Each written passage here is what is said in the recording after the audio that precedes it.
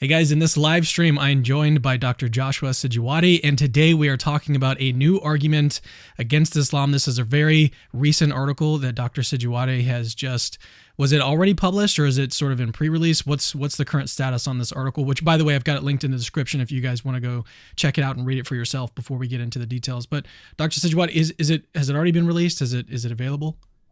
Yeah, so it just got published last week. So yeah, it is available widely on the website, and then also I've uploaded it on So my academic page. nice. Yeah. And I've got, like I said, I've got it linked in the description, but basically the gist of it for you guys, if you want to watch this whole thing, this entire video is going to be centered around this argument, spelling out all of the details. So there's a lot that goes into this argument when you get down into the nitty gritty. Okay. And that's what the bulk of this episode is going to be focused on if you want that deeper dive. But I can kind of summarize like the main points, I think, at the beginning of this, and then we'll jump into the presentation that Dr. Sijuwade has for us today. But the basics of it is, it's almost like a new Islamic dilemma. And I'm going to need Dr. Sijuwade to help me sort of flesh out the different implications of each of these. But basically, the argument kind of goes like this. So back when Islam was founded by Muhammad, okay, there was the view of Islam was more inclusive than it is now. So right now it's exclusive. Like you've got this one religion, Islam, and all of these other people have it wrong. Okay, the Christians, the Jews, the Hindus, they're all wrong about what they believe. But it seems like, and scholarship is sort of leading this direction right now, and this is why the sort of title that we've got this, where top scholars can't really respond to it, is that scholarship is sort of leading us toward a view about early Islam that it was more inclusive. So they weren't necessarily saying that these other religions were false. It was more of let's sort of combine together, and now we've got this religion that combines sort of all the best aspects of all of them. So you've got this sort of inclusive view of the early Islamic movement versus the exclusive view, which is sort of the dominant view nowadays among Muslims. And so then the question is, well, what do you do with this, right? How do you sort of reconcile the fact that you had this inclusive view and now we've switched to an exclusive view? And so one thing that you could do is just say, well, maybe we should go back to what Muhammad sort of believed in how he founded the religion. But then there's implications with that. There's also implications with just sort of sticking to your guns and being like, well, maybe the early Islamic movement was just wrong and it is supposed to be exclusive. There's problems with that. So there's problems basically on both sides, depending on which way you want to go, which way scholarship is kind of leading the whole field right now. Dr. Sijuwade, does that sound like a fair summary of what you're sort of arguing here? And then help spell out the implications before we get into the Yes, presentation. yeah, exactly. So yeah, thank you for that. So yeah, that's sort of a gist of what's being put forward. So as you were saying, the idea in sort of contemporary Western scholarship, in sort of early Islamic history, is that the early movements within Islam, so the movement that was inaugurated by Prophet Muhammad, um, that specific movement was not an exclusivist movement. So that means that it was an inclusivist movement in the sense of it included other Abrahamic faiths within the fold of the community. So you didn't just have what we call, quote unquote, today Muslims, but you had Muslims, you had Jews, and you had Christians. And they were all together existing within this one community, which was then led by Prophet Muhammad. And so there was an inclusive sort of position of all these faiths. Instead of saying, no, you have to be Muslim in order to be part of the community, you could, yes, be Muslims, as we're calling them today, but then you could also be a Christian and live as a Christian, follow the revelation that's been given within Christianity, and same thing in Judaism, but still be part of the community, and salvation also be accessible to you. Now, what we then see today is that this is not the teaching within Islam today. The teaching within Islam today is an exclusivist position when it comes to membership, thus that you are part of the Ummah, the Muslim community, only if you are reverting back to Islam. And so you're living as a Muslim according to the Quranic revelation. But then also salvation is limited to those who are also abiding by the Quranic revelation. Now, there are obviously other cases where people might say, if you haven't heard of Islam and stuff like that, but the general position is that it's an exclusivist position now where you have to be a member of the sort of Muslim community to be part of the community of Islam. And then also salvation is only available to those who are part of that Islamic Muslim community. And so what we see here is there seems to be a discontinuity between the community that Muhammad initiated, and then the community that's existing today. And so what we're sort of going to see is the fleshed out sort of problem that we see here is that the implications is, can we say that the community that's existing today, the Muslim community of over 1 billion Muslims as such, is that community the same community as Prophet Muhammad's?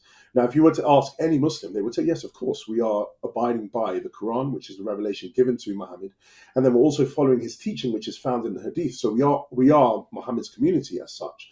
But what I'm going to sort of put forward, given the scholarship that's been sort of come to prominence in contemporary times, and then certain philosophical, I would say, reasoning that can be applied to that scholarship, it shows that actually the community that's existing today is not the community that Muhammad started. And that community, it seems to be, went out of existence after, or a few years after, the death of Prophet Muhammad.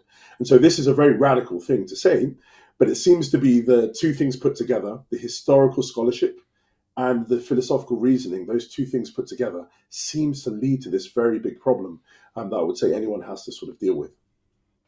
And then what are the implications, or should we hold off on that toward sort of the end of the video? Oh, no, it's good, because some people might run away and say, no, I don't want to listen anymore. So there are options, there are solutions as such, but what we're going to see if you sort of stick around is that the solutions I'm going to map out now, a lot of them have problems, and it seems to be that we're only left with one solution on the table. And so the first solution you can sort of have is just sort of put your head in the sand and say, okay, it doesn't matter what the historical evidence says. I don't care about history. I'm just going to live my life as a Muslim. It doesn't matter what the history says. And it doesn't matter if there's this problem. But then, as I'm going to show later, that seems to be problematic if you take that position of just sort of closing your ears and putting your head in the sand, because the Quran itself says, I mean, it seems kind of like obviously problematic, but some people but you've got arguments, yeah.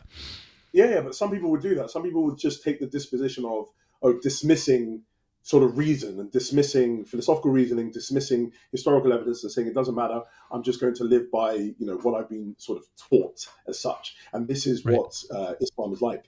But the problem you're going to have with that is, well, the Quran itself says you need to abide by the leadership of Prophet Muhammad. So if your community is not grounded upon his leadership, as I'm going to argue, then you're actually going against the Quran itself. And so you cannot just put your head in the sand and say, I'm just going to continue living, because the problem I'm going to sort of present is saying the community and the teaching of the community that you're grounded upon now is not actually that of Prophet Muhammad, given the scholarship.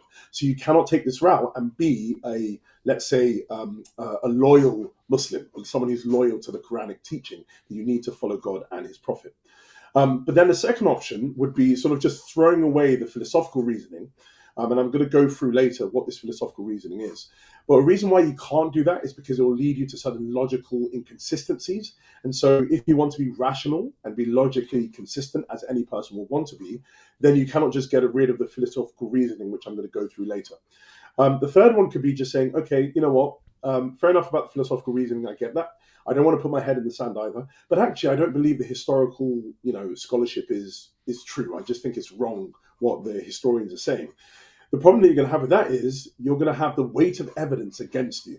And so if we normally have an attitude of, when there's historical evidence in favor of position, we should conform our beliefs to the evidence, then the rational position should be that you don't just say, I'm just going to continue believing despite the historical evidence.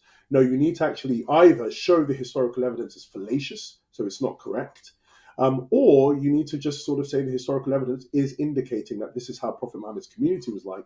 And so that's going to then lead to the implication that the community that you're existing within now is not the community anymore, given the historical evidence. And so that's something important as well. And something I do want to highlight here as well is I would say a lot of individuals who sort of, let's say, communicate with Christians, they would love to use a lot of historical scholarship, Western historical scholarship, against Christianity. So you'll hear sort of like Bart Ehrman and other people that they'll quote a lot and say, wow, look at this sort of critical scholarship that's shown the Bible is unreliable, or the historical Jesus, wasn't divine, or whatever. So they'll use all the historical evidence in favor of against the Christian position. But then when it's turned around and we say, actually, but the same sort of historical method, which is used now, is leading us to show that actually this is the position that's against your own worldview, then you can't just say, okay, no, I don't trust history anymore.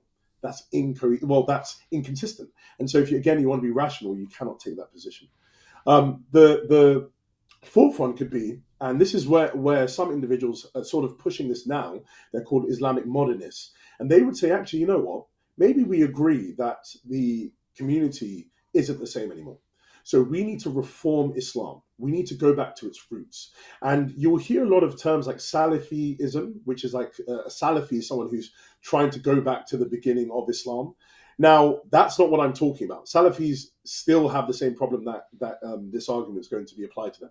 What I'm meaning is that Islamic modernists, which is even more radical, where they would say we need to actually go back to the beginning as an inclusive community, and we need to accept that Christians and Jews and other monotheists can actually access salvation outside of the Muslim religion. What I mean by that is the Quranic revelation. So this is a pluralist sort of position that some people are taking within Islam, but it's something which is a very minority position. Now, the problem that you have is if you say, actually, I want to just go with the argument and I want to reform Islam and I want to, let go of all of this exclusivism, then you're going to have a problem with the weight of tradition being against you. Because Islam is not like Christianity as such, where a lot of Protestants could say, okay, you know what, we're going to reform and we're going to go back to the Bible. Islam doesn't work in that way because Islam has various legal groundings which are founded upon tradition, which I mean is the hadith. So you can't just say, I'm going to get rid of all of this tradition and I'm going to go back to basic Islam, which is inclusivist, because then you'll have to reform the whole legal tradition of Islam. You have to go away with a very important thing, which is the consensus of the scholars within Islam. You have to throw away all of these very important authoritative means of understanding Islam if you're going to reform it. So it's not like Christianity where you can just say, okay, I'm going to be Martin Luther and I'm going to go back to the beginning. In Islam, it's not so easy to do that. And so many Sunnis, many Shia will not want to take this position of saying, I want to reform Islam, because they're going to have to throw away all of their jurisprudence, all of their understanding, their interpretive sort of understanding of Islam. So it's not a position that anyone would want to take. So then the last one, which is the one which the argument at the end of the day, if anyone stays on with us to the end of the stream, it will sort of be that you're led to a position which is the radical one, but it seems to be the one that reason is pointing towards, which is that you have to actually reject Islam. Now, what I mean by that is, let's say the community isn't the same community. So the community that of Muslims existing today is a new community, and it's not the community of Prophet Muhammad's. And Prophet Muhammad's community actually went out of existence in the 7th century. Then you have sort of a position of saying, well, why am I going to be a Muslim then? Because Islam is grounded upon the Shahada, for example, which says we believe in one God, Allah, and we believe in the final prophet, Muhammad. And so Muhammad is at the center of the Islamic faith. So if this argument is actually showing you that actually Muhammad is not even within the religion anymore, the religion is grounded upon another person who I'm going to speak about later, then it doesn't make sense to still uphold to this belief called Islam. Because actually Islam no longer exists anymore. You are holding to a new religion. Now, this might be radical for some people, but I want them to think about this the way, let's say you put on your Islamic glasses on, and when a Muslim is speaking to a Christian, what do they normally say? Well, they would say, your religion isn't the religion of Jesus. The religion of Jesus wasn't what you are believing now. So a lot of Muslims will say, Jesus is not the Jesus of the Bible. Jesus is, the Jesus of the Quran. And so Muslims are doing a similar thing to Christians, because they're saying the religion that you are holding to now is not the religion of your founder. That's what a lot of Muslims will say. They would say the religion of your founder didn't teach his divinity or didn't teach all of these sort of things. Now, what this argument is doing is it's turning the table against the Muslim as such in an intellectual context, because it's saying, well, you have let's say a similar problem, but even harder problem. Because the difference between a Christian and a Muslim when it comes to this is that there is leading scholarship within Christianity which argues for an early high Christology. People like Larry Hurtado, Richard Dawkins. So the weight of scholarship isn't actually against the Orthodox Christian position. Yes, you'll have people who are against it, but it's not the weight of scholarship. What I'm going to show later today is that actually the majority of Western scholars, that's critical scholars, have taken the position that actually the community of Islam that was established by Prophet Muhammad was an inclusive community. And so if you are part of an exclusive community now, that is not the community of Prophet Muhammad anymore. So Islam as understood by the teaching Prophet Muhammad, does not exist anymore. So it's going to be interesting to get through that. Yeah, no, Yeah. I feel like that was a really helpful summary. So let's just go ahead and jump into the Yeah. presentation. And now, I mean, after you heard that, guys, if you're interested in the details of how it all works, that's what we're about to go through. And we're going to spend, I mean, we've allotted a good amount of time for this. Let's just go ahead and get into it and start discussing the details. Josh, I'll jump in if I Yeah. can and want to help Perfect. clarify things, but otherwise I'll kind of let you just go during this section. Yeah. Thank you. Thank you very much. Okay. So the title of the presentation today, not so original because it's just based upon the title of the paper. Hopefully, you'll have time to read it. So it's just called Islam and the Pan-Abrahamic Problem. And so the key question that I'm going to be sort of looking at today is the question of, is the 21st century Islamic community the same entity, the same thing that Prophet Muhammad established in the 7th century? Now, our starting question then is whether this present day community that over 1 billion Muslims are part of, that could be Sunni, Shia, and other forms of Islam, that community, if we just sort of put them together as one community as such for now, is that present day community, is it the same community as the original one that was founded by Prophet Muhammad? Now, if you want to ask a Muslim, they would say, of course, yes. What silly question is that? And so this is going to be an interesting thing because the challenge is going to be, it seems to be that is not the case. Because what you have with traditional accounts is that the traditional position within Islam is that there was an exclusive sort of community that was established by Muhammad from the beginning. But what I'm going to be showing is that newer scholarship, newer historical scholarship, has actually shown that there was more of an inclusive interconfessional community, which was at the beginning. So instead of being exclusive, it was an ecumenical, inclusive community that Prophet Muhammad established. Now, the question might be, why does this matter? This seems like an essay question you might battle with at university, but why should you care about it in your own practical life as a Muslim or a non-Muslim? Well, there's an identity crisis here, because if modern Islam differs greatly in its doctrine, that means its teaching and organization from that of Prophet Muhammad's community, then today's Muslims cannot legitimately claim continuity with their founders' intentions. And so the implication you have for theology is that a major premise in Islam is that it preserves the Prophet's teachings. And so if significant discontinuities exist, this challenge then really sort of puts it to a Muslim to say, well, is that actually the case? Is your faith really that of the Prophet's faith that you are upholding? And so the roadmap of what we're going to look at today is that we'll first examine the traditional Islamic thesis. We'll then move to the pan-Abrahamic thesis, which is the one that I'm going to be defending today. Then my sort of original contribution to this is that I'm applying philosophical reasoning to this. So the historical stuff that we're going to spend a lot of time on is not my own work. It's going to be the work of scholarship, of Western scholars who are working within Islamic studies.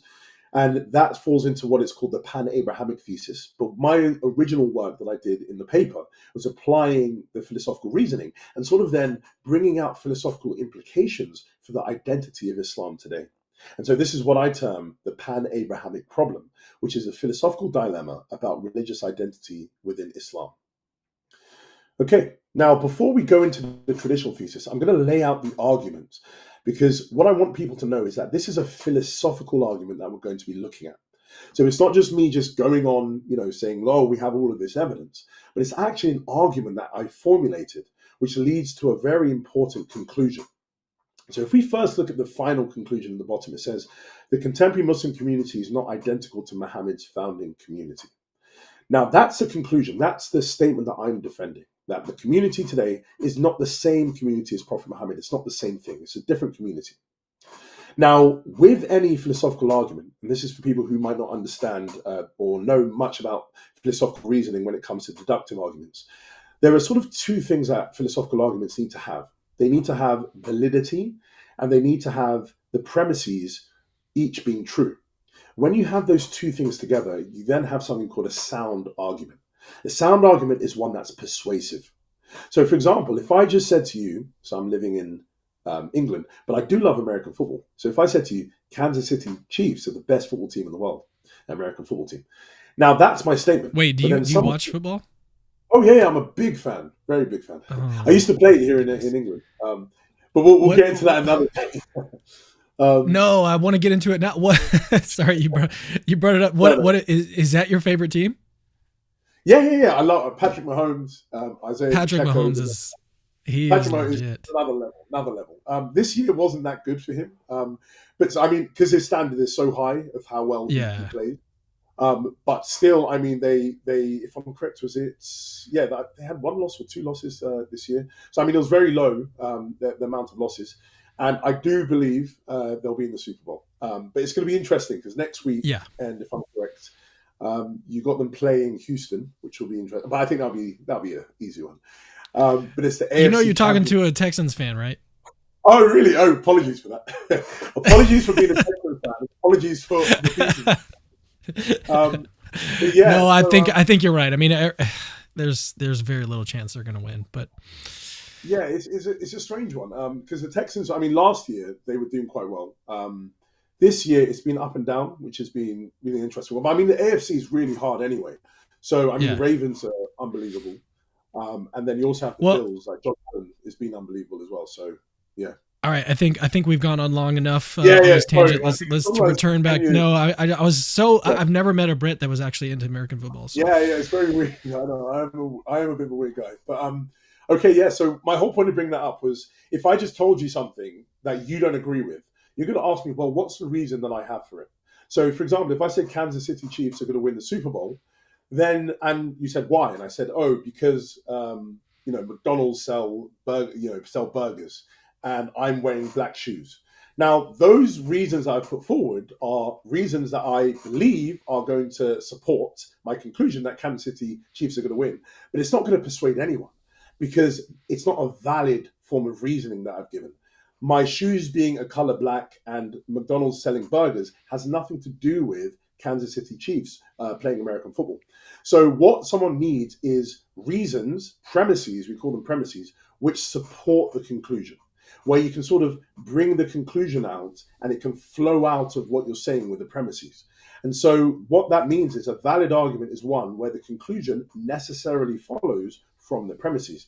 And so an implication of that is you cannot be consistent and deny the conclusion and the premises. If you believe the premises to be true, then you have to also believe the conclusion to be true. So a valid argument is firstly what we're going to be looking for. And the second one is, are each of the premises true? Now, when you have those two things, valid argument, and then you have the premises being true, you then have a sound argument. Now, what I believe here is that I've put forward a sound argument because I believe all of the premises are true and the conclusion necessarily follows from the premises.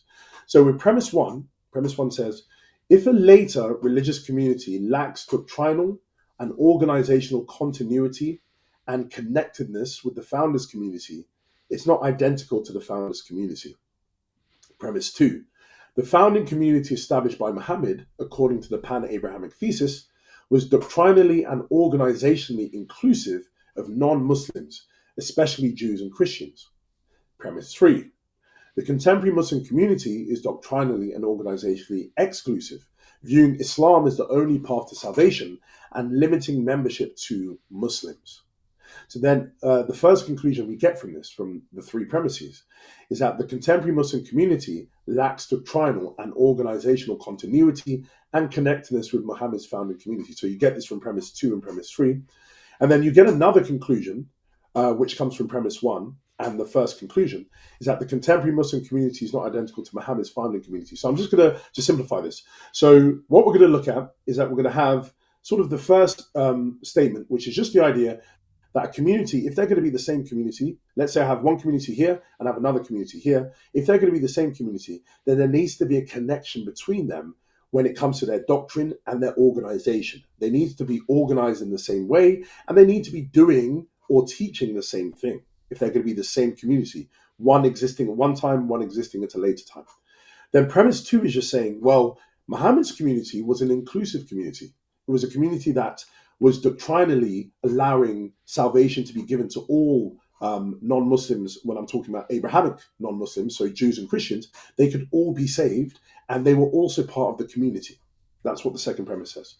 But the third premise says, well, the contemporary community is doctrinally and organizationally exclusive.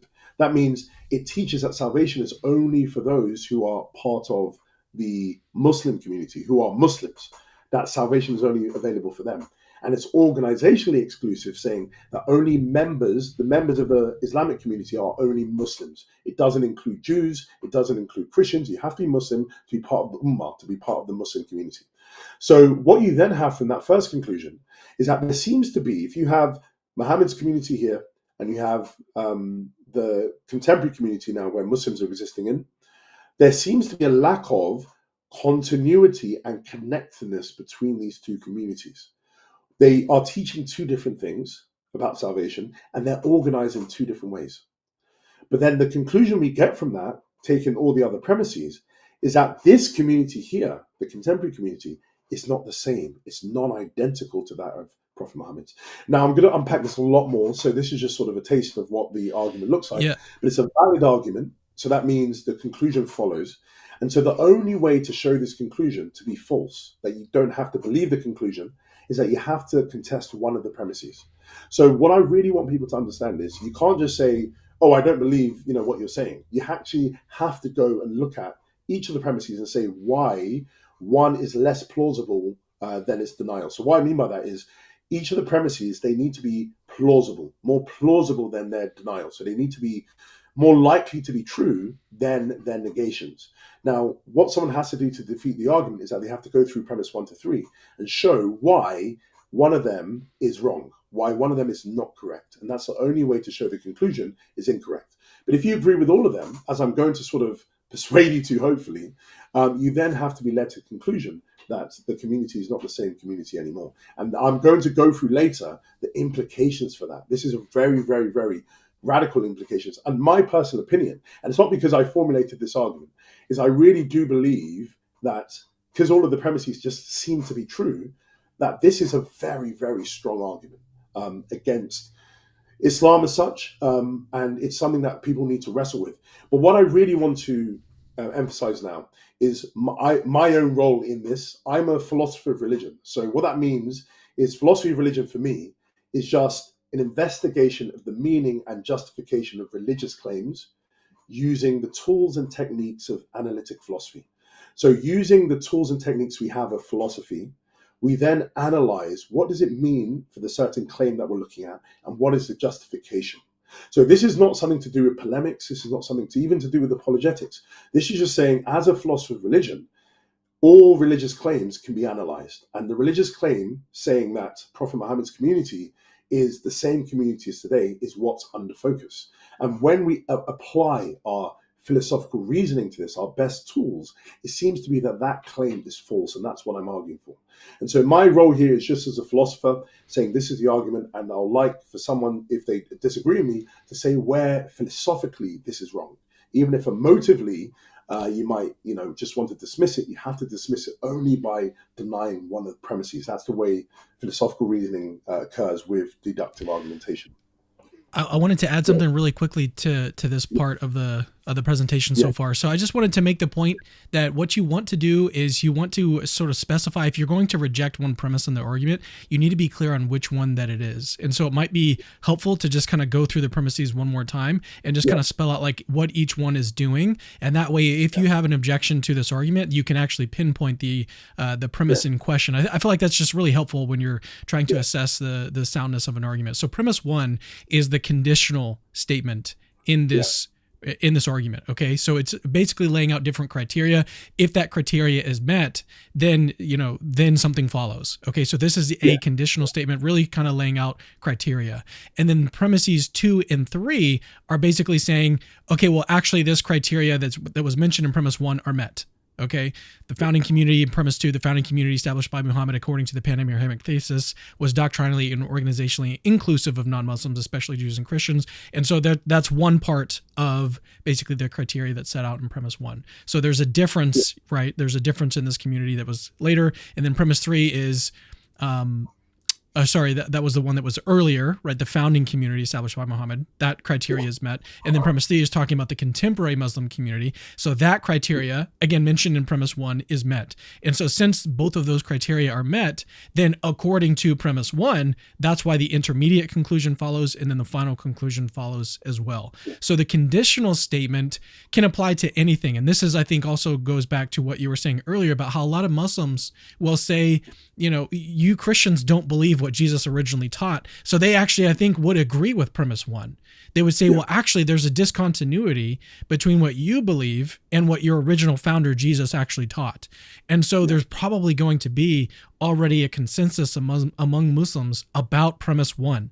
So that's why it's important to be clear about what premise you're rejecting, which one that you're denying, right? So in premise 2, I think is really going to be the contentious premise here. It's not even premise 3. Premise 3 is going to be the one that is also very, very, most people are going to accept this, right? There's a sort of exclusive view among the contemporary Muslim community. So premise 2, I think, is going to be the premise that most people are going to target right now. Yes. At least they maybe should target. And so hopefully that's helpful in setting up this argument, understanding which premise really is needing to be attacked here. Yes, yeah. No, thank you so much for that, Cameron. Yeah, that's exactly it. So you need to really focus in on one of the premises, or it could be more than one. But yeah, it will be the contentious one is going to be premise 2, because that's the one which is sort of new for a lot of people, because they're going to be saying, well, I've been brought up, or I've heard, even if you're a non-Muslim, you'll be saying, well, I've always heard that it was exclusive from the beginning. And so what I will need to show is why we need to believe premise 2 to be correct. And this is going to be grounded upon historical evidence. Now, again, what I want to emphasize is someone might be saying, well, what's your credentials? You're not a historian, Josh. Like I said, I'm a philosopher. But what philosophy does, we utilize, especially philosophy, religion, we utilize various areas of knowledge to formulate arguments and sort of show the implications of these areas of knowledge. And so a good example of this would be something like the teleological argument. Christians and Muslims are all joined together in defending the teleological argument. But the majority of people who defend these arguments, they're not scientists. They are philosophers who have come up with philosophical arguments to show that there is an intelligent designer or God or whoever. And they utilize certain scientific evidence to support the conclusion. And it's a similar thing that's happening now. We're utilizing certain historical evidence that's been, and I'm really emphasizing here, this is not my own historical study. This is historical study of contemporary scholarship. And what I'm taking on, I would say, the best scholarship, and saying, given the best scholarship that we have now, this is what it means when we utilize our philosophical reasoning. And so if you want to be, and that's so in the article, I was really emphasizing rationality here. If you want to go by the conditions of reason, it's going to lead you to the conclusion, and then it's going to lead you to one of these solutions, and we'll see which one that is at the end. Yeah. And if you can persuasively defend premise 2, you've definitely got something going on here. Yeah. Okay, perfect. Let's move on then. So before we sort of get on to premise 2, which is going to be the main focus of this, and then we'll get on to the first premise about the continuity and connectedness a bit later. But it'll be good to sort of set a background of what the traditional Islamic position is. And so the traditional Islamic position is that in the 6th century, so the late 6th century, you had Prophet Muhammad being born around 570. And then around 610, he had a revelation. And around that time, he then started proclaiming a message around Arabia, specifically in Mecca. And the message that he was proclaiming was a message of Tawheed, which is just strict, absolute monotheism. And so he was going around and he was preaching this message in Mecca. And this was clashing with the people living in that area, because they were polytheists according to traditional position. And you didn't have a lot of Jews and Christians around. You had all of these polytheists who were sort of worshipping idols. You had idols around the Kaaba, which is for people who don't know, it's the black box in Mecca, very important monument for Muslims. And you had that being filled with idols. You had people who were praying to other gods. Allah was one of the gods among many other gods. And so there was this sort of area and this sphere of reality of just polytheism. But then Muhammad, through his revelation, where Angel Jibril appeared to him, and he appeared to him in the cave and told him to recite, which was reciting the Quran. And he was then given over a period of 23 years a revelation which was coming from Allah, delivered through Jibril to Muhammad over this period of time. And this message was centered around Tawheed and submission to Allah in His will. And salvation is only through submission to Allah and His will, as revealed through the Quran. And so you had this happening. Prophet Muhammad was preaching this message, but then, as you can imagine, he was preaching it in a context where people didn't want to hear this message. And so you had family members, you had associates, you had people who were living in that area who did not want this message being preached by Prophet Muhammad. And so there was sort of a backlash against him, and there was a great persecution of him and his small community. And so he then decided to leave Mecca and go to a place called Medina. So Yathrib, he decided to leave this place, and later it was called Medina, and he went there, and it's called the Hijrah. This is the most important, I would say, one of the most important events in Islam, just even in the non-traditional narrative, because it was really the event that saved Islam, where Muhammad and his community moved from Mecca, and they migrated, they left Mecca, and they went into Medina. And in Medina, Muhammad then established, or he was able to establish, a very, I would say, robust and powerful community. So it was no longer him being persecuted, but he was able to establish community. And this community in Medina was an exclusive Muslim community.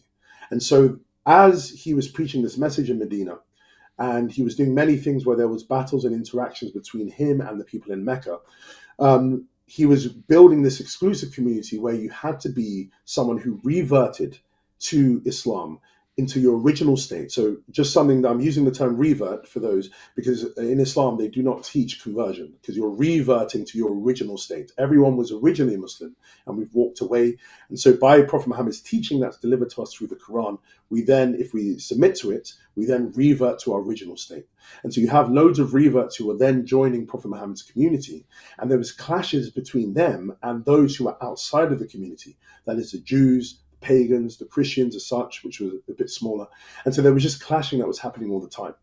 But eventually, Prophet Muhammad was able to establish a very, very powerful community. And he went back to Mecca, and he actually conquered Mecca again, or he conquered it in a way, and he took over. And he was now the leader of Medina. And he was also now able to bring Islam to be the center of Mecca. And he was able to get rid of all the idolatry and bring it back to sole worship of Allah. Now, the idea here is, a key point with this traditional narrative is that there was a purely Muslim identity that was upheld by Muhammad and his community. You were part of the community if you were a Muslim. And if you were not a Muslim, you had to then become one through reversion, through renouncing your ways and turning to Allah and submitting to His will and living by the Quranic revelation that was being given to Prophet Muhammad. Now, what I want to emphasize here, in the traditional narrative, there is a downplaying of the presence of Jews and Christians in Arabia. So in the traditional narrative, you don't really hear about all these Jews who were wanting to follow Muhammad, and you don't really hear about all of these Christians who were wanting to follow Muhammad. They weren't really there. You just had these Jews, some tribes of Jews who were fighting against Muhammad because they didn't really see him as a prophet. And you had some Jews who were, for example, they entered into agreement with him, the Constitution of Medina, which we're going to go through later, but then they ended up breaking it, and they ended up fighting against him, and he was having to expel them from Medina. And so there was just always anger and sort of animosity between those who were Muslims, his community, and those who were Jews and Christians, if they were existing there, and the pagans. It was just always, there wasn't any sort of inclusivity in this picture. Now, what I do want to emphasize, though, is really focusing on salvation in this sort of narrative. So salvation is available for Muslims and not Jews or Christians. And what I mean by that is, because you might have some people who say, well, that's not correct, because some Jews and Christians are able, in sort of traditional narrative, to get salvation. But the key thing is, for Muslims, they will always say that salvation is by the mercy of Allah, by His will. And so no one can really say a Christian cannot be saved. Allah might decide through His mercy to extend that mercy to a Christian and save him. But the key thing is, Islam teaches in this traditional narrative that you are not saved as a Christian. You are not saved as a Jew. Okay, if Allah extends His mercy towards you, that is great. But the norm in Islam is that you are saved by living according to the will of Allah, which has been revealed through the Quranic revelation, and also is in line with the Hadith, which is as we'll see later, the teaching of Prophet Muhammad.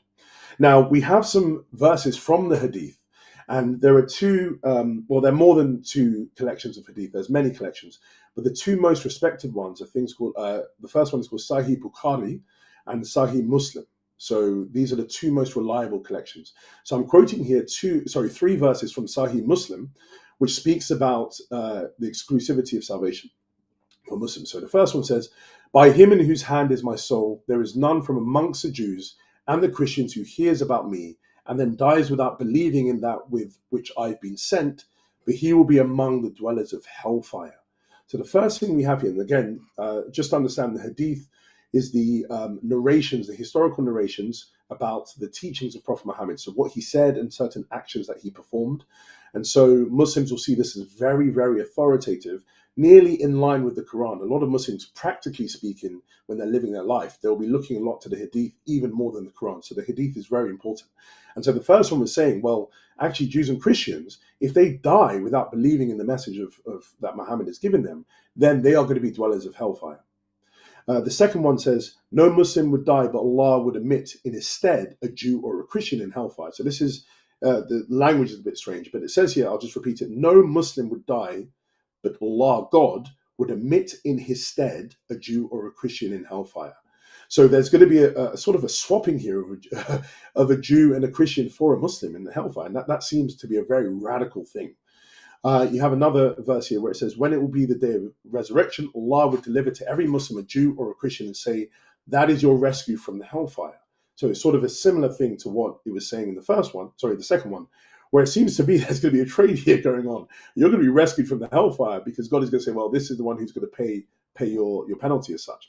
Well, obviously interpretations can be different on this, but it seems to be quite clear that the Hadith at least teaches exclusivity, that Muslims are saved and they will be saved, but Jews and Christians, they seem not to have the value given to them that Allah would give them in the normal everyday sense of salvation. So maybe he might extend his mercy, but the norm is that Jews and Christians are not part of the Muslim community and they will not access salvation, which is the key thing. And so what we can then conclude here is Jews and Christians are not accepted within the Ummah, that is the community of believers, community of Muslims. Jews and Christians are not accepted there. And we have one more verse from Sahih Muslim, where Muhammad said something quite interesting. He said, I will certainly expel the Jews and Christians from the Arabian Peninsula until I leave none but Muslims. So Muhammad's desire was actually to even expel all the Christians and all the Jews from the Arabian Peninsula, so where they were existing. That doesn't seem to be inclusive of saying they can be part of our community. No, he even wanted to physically expel them from the area that he was existing in. So it seems quite clear in the traditional narrative that exclusivism comes to, is part of the understanding of Islam when it comes to salvation and also with membership. Now, when it comes to sources for supporting the traditional narrative, you have a few sources that people look at. So you have the Quran, but actually most Muslims, when they are actually trying to understand the life of Prophet Muhammad, they're not really going to look to the Quran. They're going to look to these other sources. So you have something called the Sirah literature, which is just the biographies of Prophet Muhammad. And so the most preeminent biography that most people read is Ibn Ishaq's biography. But we don't actually have that as an existing piece of literature. It was only replicated in sort of a condensed form and an edited form in a person called Ibn Hisham. And so anyways, the key thing is in these biographies, you sort of see a narration of Prophet Muhammad's life from his birth all the way sort of to his death, and you see all the things that he got up to in these sort of biographies. But then when historians have looked at these sources, the biographies, these are some of the conclusions that they come to. So a very respected Western scholar is a person called Sean Anthony. And he says, scholars must always approach this material with skeptical caution rather than optimistic trust. You have Fred Donner, who's going to be a big part of what we're looking at later. He says, only a basic skeleton of the course of historical events can be accepted. So from the Syrian literature itself, the majority of scholars reject it of having any historical value. Now, why this is the case is because it was written very long time after the life of Prophet Muhammad. Now, compare this to things like the biographies that you find when it comes to the Gospels. I mean, the most radical scholar will probably say the earliest gospel, Mark. Let's say they say the 90s, but past the 90s, you're not going to find someone who's going to be saying Mark was written in the second or third century. The biographies of Jesus are actually very recent compared to the biographies you have of Prophet Muhammad. And so this most respected biography, which is by Ibn Ishaq, is something which most scholars will say you can't trust as a historically reliable source. You can only take a skeleton of information from it. And so it is of some value, but it's going to be a very, very limited value. So you can't sort of have, as some people say, a high definition view of Prophet Muhammad, where we can know, how he stepped into the toilet, or how he slept, or what hand he used when he was eating, what he said. We don't have that information about him from these biographies if we're looking at it from a historical lens. Then the second thing that people look at, and which is very preeminent in the life of a Muslim, is the Hadith collection. So as I was saying to you, there are two sort of main ones who are really important, which is Bukhari and Muslim. And these are the authenticated sayings of the Prophet. And a lot of legal, so jurisprudence, so laws, that legal sort of Sharia law and all the things that people live by in their daily life, they find it within the Hadith instead of the Quran. So for example, it doesn't say in the Quran how many times you are to pray. It doesn't say that at all. It says, maybe 2 or 3 times, but the 5 daily prayers are found in the Hadith. You don't find that in the Quran itself. And so a Muslim, if they're going to live a traditional Muslim life and live practically as a Muslim, they're going to have to go and look at the Hadith to understand what Prophet Muhammad did so that they can emulate him. But then most scholars, again, they question the authenticity of the Hadith. So an important paper was written by F.E. Peters called The Quest for the Historical Muhammad, where he says there now prevails an almost universal Western skepticism on the reliability of all the reports. And he's speaking about the Hadith. And a very important scholar, a contemporary scholar called Joshua Little, he I would say a lot of people do look up his work because he's done a lot of analysis of the Hadiths. And he got his degree from Oxford recently, or about 2 years ago. But anyways, in sort of one of his writings, he stated, the last 2 centuries of critical scholarship on Islamic origins has exposed a legion of problems with the Islamic literary sources thereon, above all in the Hadith corpus. And then in this work, he goes on to list 21 problems with the Hadith. It shows why a lot of scholars, Western scholars, would say the Hadith, again, does not have any historical weight when we're trying to understand the life of Prophet Muhammad. And there's a very good video where he goes through this with another person called Javid Hashim, where he goes through the 21 reasons. So do look him up, Joshua Little, type in 21 reasons or 21 problems with the Hadith, and you will understand why a lot of people don't believe the collections are reliable. Then the last ones, you have something called the tafsir, and you have these historiographies. So the tafsirs are just sort of the commentaries of Prophet Muhammad, the commentaries of the Quran. So you'll have people who later, or sort of quite later from the life of Prophet Muhammad, they would then go through the Quran and they would provide commentaries on the certain verses, and they will provide a historical sort of context for the verses. And so you have a list here of quite reliable ones that people look at as Muslims. But then again, we have a very good scholar as well, Gabriel Reynolds, who says, Tafsir is less a historical record that stretches back, parallel to the Quran itself, to the time of the Quran's origins, and more the product of the individual scholars of a later time and the much later context in which they worked. So what we have here is, again, a questioning of the tafsir. The tafsir doesn't seem to be something which we can ground our historical analysis on.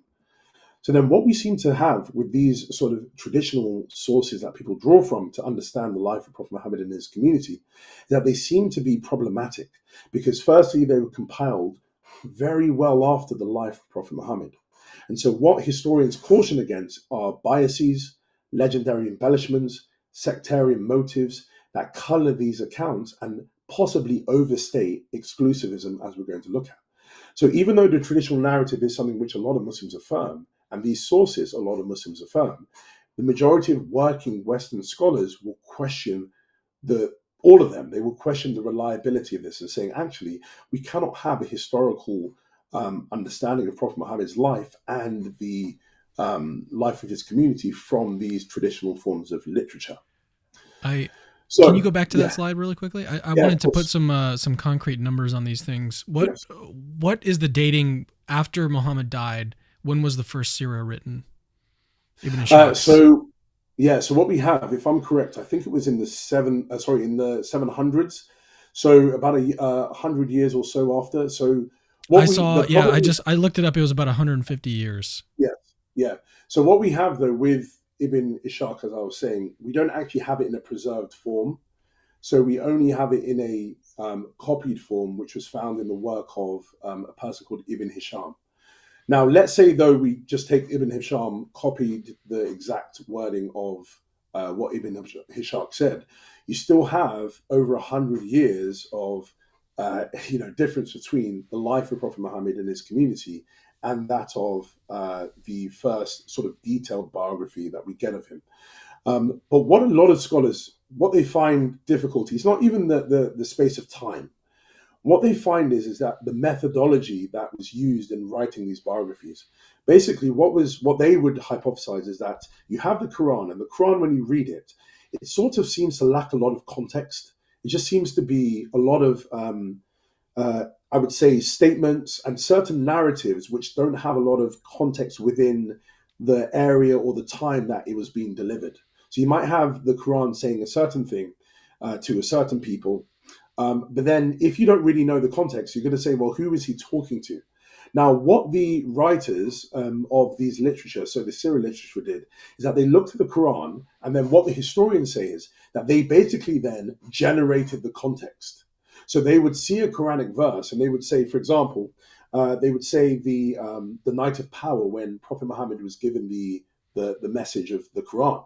Now you'll have the verse where it says in the Quran, recite. So Gabriel is saying recite, but then it doesn't really have a lot of context of him being in a cave doing all these things. Why was he there?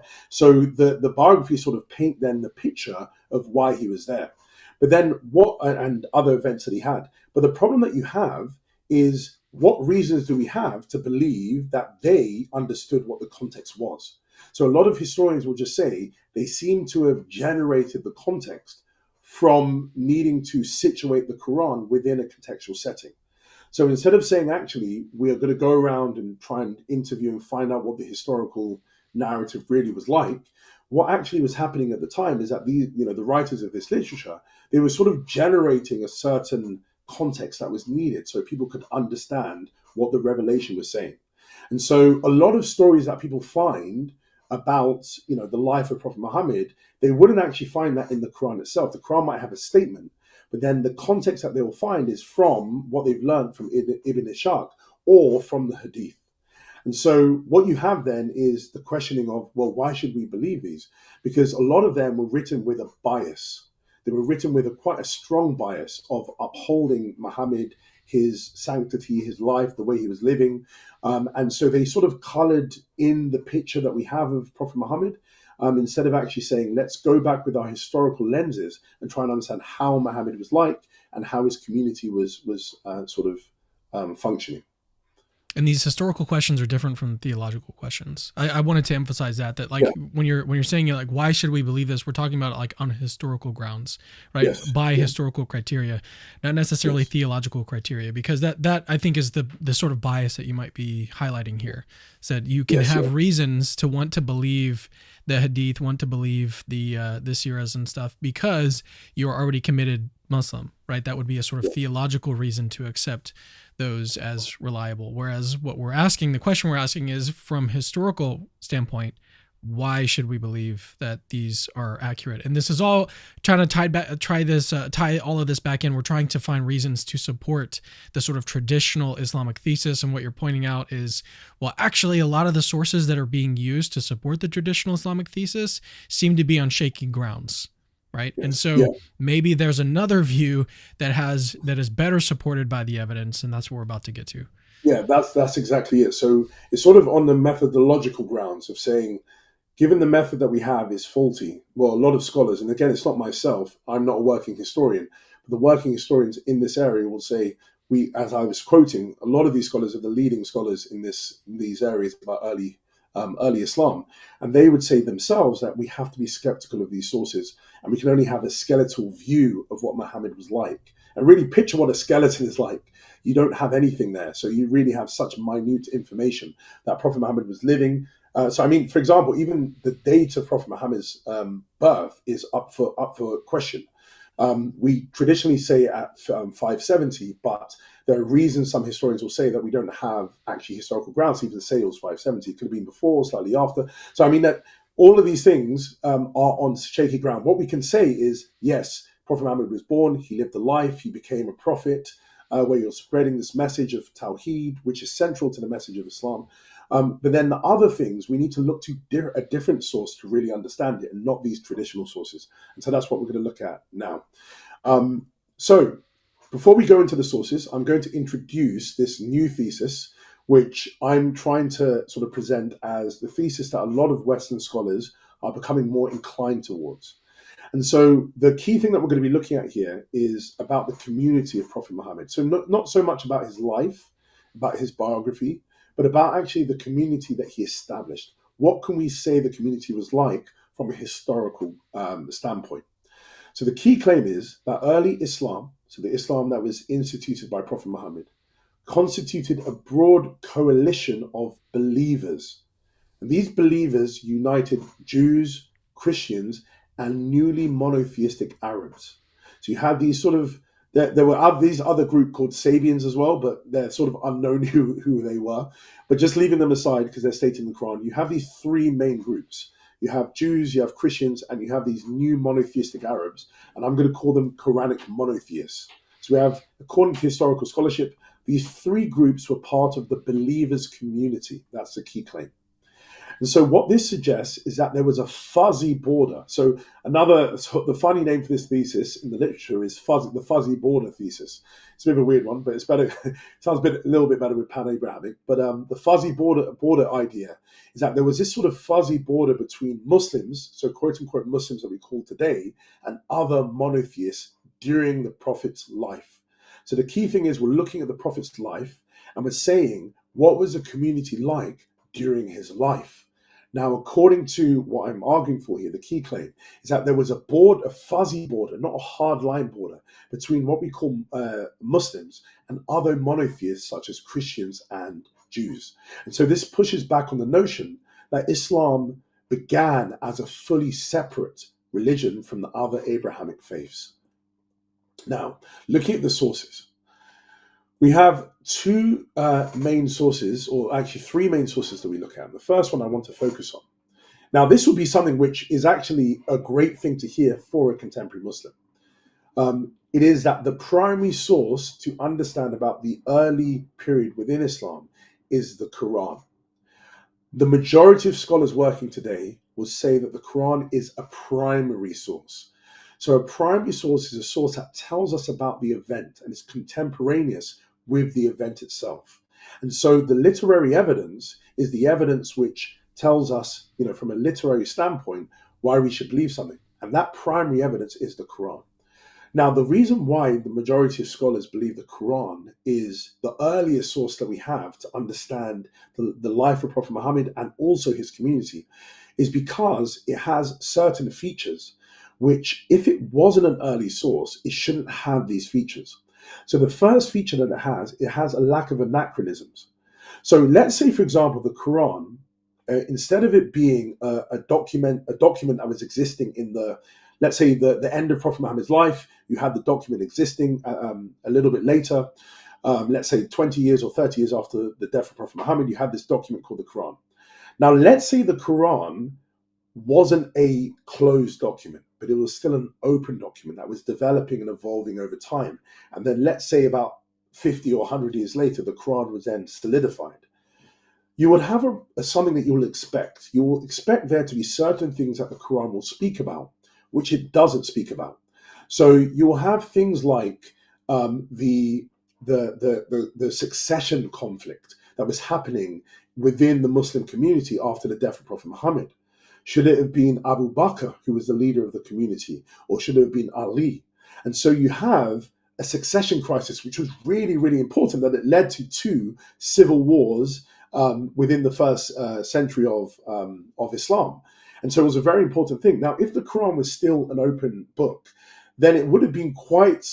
I mean, I would definitely do it. I would have written something in the Quran saying, actually, no, Prophet Muhammad said, or sorry, God said through the Quran that Ali is going to be the leader, or Abu Bakr is going to be the leader. But the thing is, we never find it speaking about any of the succession crises that happened. We never see it speaking about other issues that were occurring within the Muslim community, about acceptance of certain things, where they should go to conquer the lands, because Islam was spreading around the Arabian Peninsula. We never have certain directions where it should go. So there's certain things that we would expect if it was an open book that was closing later, but it lacks anachronisms. And so that's one of the key reasons why scholars will say the Quran must be very early.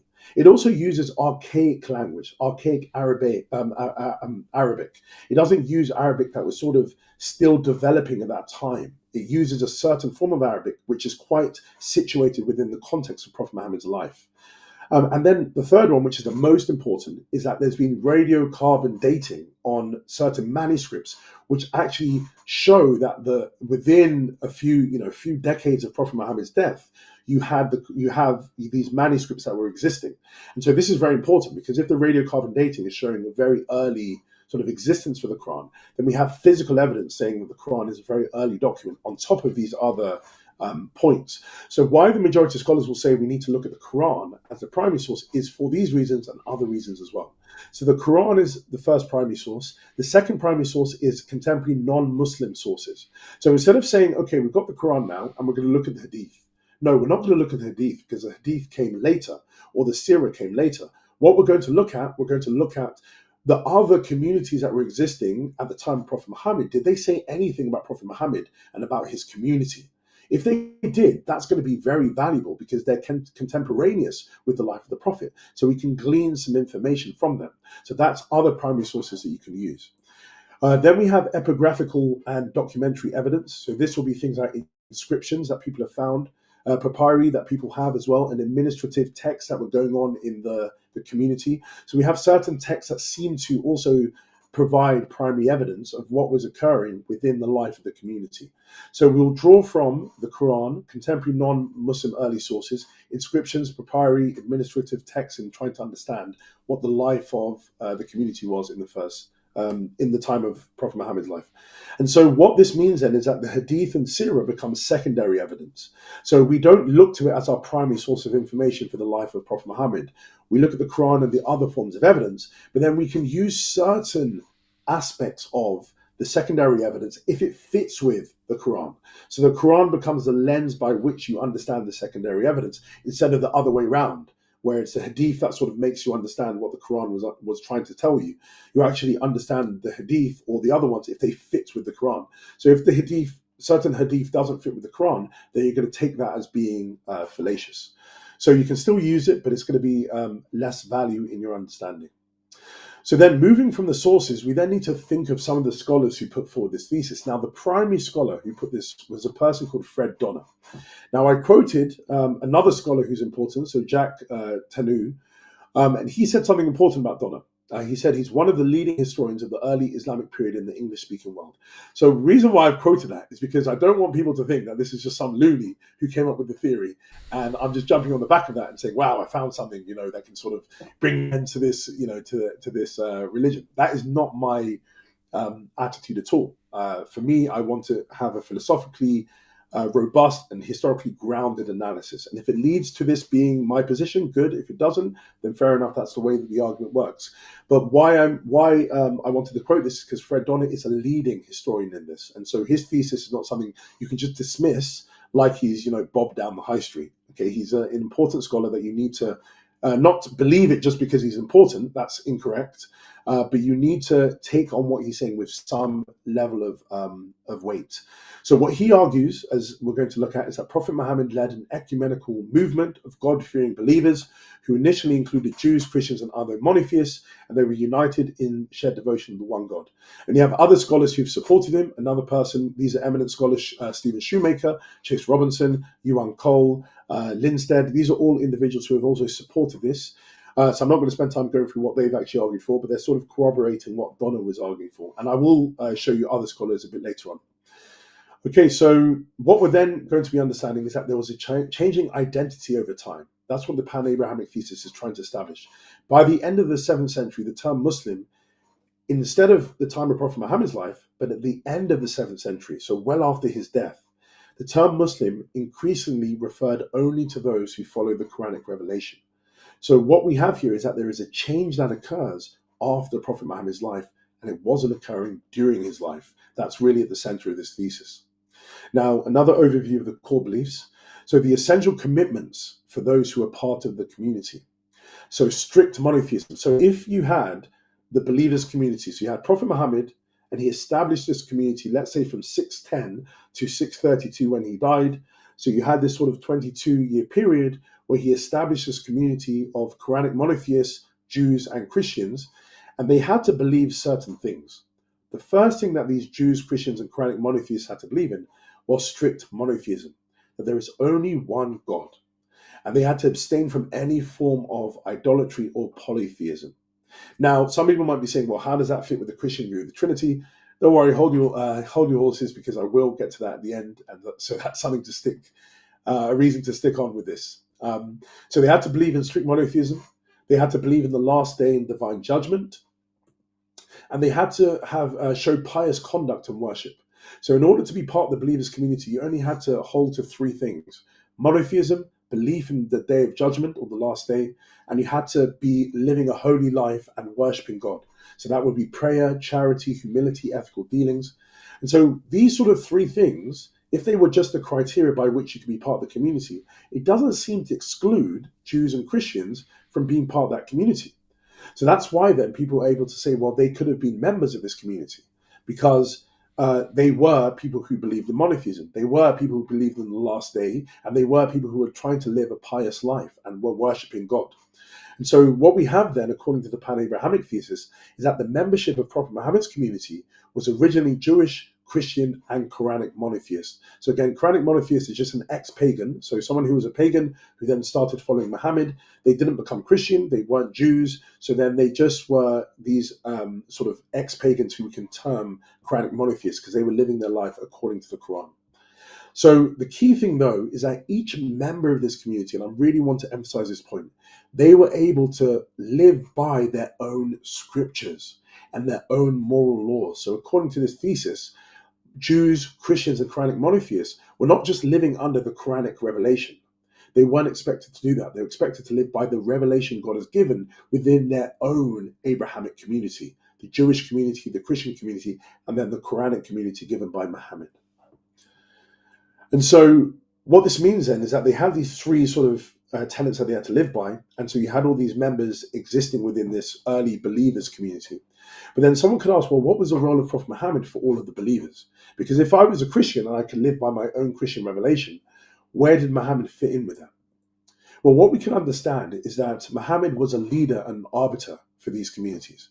So for Christians and Jews within Medina, so this is when after the Hijrah, when he moved and his community moved to Medina, so Yathrib, and then which became Medina later, the Christians and the Jews, they were living under the leadership of Prophet Muhammad. But this was a political and social leader. Because one of the reasons why Prophet Muhammad was actually sort of brought to Medina was to work to operate as an arbiter between the tribes. So you had tribes in Medina who were sort of fighting. So you had sort of infighting that was going on. And so they asked Muhammad to come and be an arbiter between them. And because he was very effective at doing that, because he was living life as a trader and other things before that, he was able to be a very effective leader. So he was a leader in Medina, but he was a leader for the Christians and the Jews as well, in a political and social sense. And so he would be the arbiter in disputes. He will also be a source of moral authority because he was living a righteous life. And the righteousness that he lived, the sort of holiness that he lived, wouldn't be against sort of the holiness that a Christian or a Jew would live according to. So they could look to him as a leader in a political and social sense. Some people might also view him as a messenger and a herald of renewed monotheism. So some Christians and Jews might have acknowledged him as a messenger that God sent to bring a final guidance in Arabic. And then Muslims, so the Quranic monotheists would have regarded him as the definitive prophet, while Christians and Jews viewed him as a divinely guided leader or a reformer though still retaining their own scriptures. So this is what I'm saying here, is that they would have existed, this community existed with Muhammad leading them, but it wouldn't have to be that they had to see him as the definitive prophet as we sort of understand today in the community. There was sort of a fluid understanding of who Prophet Muhammad was. For certain individuals, he would have been that definitive leader because they were living by the Quranic revelation, the Quranic monotheists. But those who were Christians and Jews who were living in the community according to their own scriptures, they would have seen him, yes, as a leader, and they would have submitted to his authority, but that would have been maybe in a political sense, a social sense, a moral sense, or even in a reformative sense. So the same way sort of that someone who was, let's say, in Protestantism, they would have lived in Calvin's Geneva, so John Calvin's Geneva, or Martin Luther. He was a reformer with authority. And so same thing with Prophet Muhammad. Prophet Muhammad came to reform and call people back to monotheism. And so people would have seen him as having that sort of authoritative position. But that does not necessarily mean that he was a definitive prophet for them. Also facilitative unity and cooperation. So again, he would have, been able to help people understand how to live as a community. So he was really building up a community of people who were cooperative together. Jews, Christians, Quranic monotheists, and others were living together, and they were under the leadership of Muhammad, and he was enabling them to live in unity. But the key thing I want to just continue to emphasize is that this community did not have the position where the prior revelations were overridden. So the early believers community did not demand abandonment of the Torah or the gospel. Rather, it allowed pious Jews and Christians to remain within the broader circle of those who submit to God. So I'm going to explain that a little bit more later. But the key point here is they were existing within their own community and, within their own religious community, while still being part of the believers community. So the key point here is that they weren't saying, to be part of the believers community, you've got to chuck out Christianity or Judaism. No, you were still able to remain within that broader circle, that narrower circle of being a Jew and a Christian, but then you were still in the broader circle of being a believer. And so the implication of this is that this inclusive structure helped create a multi-confessional community tied together by core monotheistic principles, moral responsibility and respect for Muhammad's leadership, rather than a wholly separate religion from the beginning. Last thing about the overview before we go on to the evidential position. So the key thing here, again, I want to focus on is salvation. So within the believers community, there was the idea of theological inclusivism, where actually there are two terms here, theological inclusivism and salvific pluralism. These are two terms that Yuan Cole uses, again, a very eminent historian who wrote one of the best biographies from a critical lens of Prophet Muhammad. And within this, he's defending also the pan-abrahamic thesis. And he uses these terms, theological inclusivism and salvific pluralism. And so what this means is these terms, and in the community, there's a recognition of the validity of other monotheistic paths. That is theological inclusivism, the validity of other monotheistic paths, and the potential for salvation across these traditions. That's salvific pluralism. So there are two things here. The paths, the monotheistic paths are all valid. The Quranic path, the Christian path, and the Judaic path. They're all valid. But then there's also potential salvation for all of those individuals walking down those paths, not just the Quranic path. That's why you have salvific pluralism. And so there's an emphasis here that the righteous adherents of prior revelations can still be saved. Now, I'm going to use certain verses which have been used to support this position. So in Surah 262, you have a very famous verse which says, "Indeed, the believers, Jews, Christians, and Sabians, whoever truly believes in Allah and the last day and does good, will have their reward with their Lord, and there'll be no fear for them, nor will they grieve." So rather than dismissing all prior revelations outright, the earliest community emphasized a renewal of earlier monotheistic faiths, not a replacement. So further Quranic basis we have for this. We have it saying each faith, so this is not from the Quran, but it's just a summary of some verses. Each faith community has dual covenantal duties, one to its specific messenger and another universal divine agreement to monotheism, judgment, and good works. So what I mean by that is, so each of the religions, so we're talking about Judaism, Quranic monotheism, and Christianity, they were sent messengers. So Quranic monotheists were sent Muhammad as the final one. You have Jesus in Christianity. You have Moses and others within Judaism, and they had those people as their specific messengers. And so they were able to abide by the revelation given to those messengers. But they also had to abide by this universal agreement that they will believe in monotheism, judgment, and the good works. And those were the things that they were going to. So in that Quranic verse, which is not quoted here, it's saying that, there is no sort of privileging of the different messengers. So if anyone wants to look that up, it does say about no privileging of the different messengers. So what the key idea here is that they're all of value, these messengers. It's not that Muhammad came and all the other ones are non-important. The Quran actually doesn't teach that. It teaches that they're all valid. There's no sort of picking between the messengers. And then what we also find is that there's faithfulness to their respective covenants, provided a path to salvation. So if you are faithful to your covenant that was given to you within your Christianity, within your Judaism, within the Quranic monotheism, then you would have a path to salvation, because the Quran praises the Torah and the gospel for the enduring guidance and light. So I've actually got this quoted. So we have 5:46, Surah 5:46-47. Then in the footsteps of the prophets we sent Jesus, son of Mary, confirming the Torah revealed before him, and we gave him the gospel containing guidance and light and confirming what was revealed in the Torah, a lesson to the God-fearing. So let the people of the gospel judge by what Allah has revealed in it.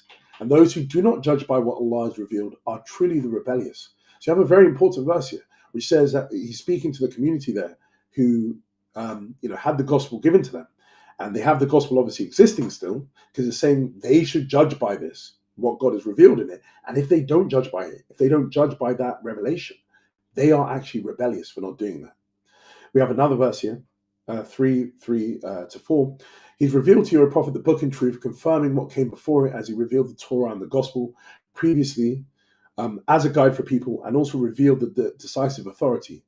Surely those who reject Allah's revelations will suffer a severe torment, for Allah is almighty, capable of punishment. So I want to emphasize two things there.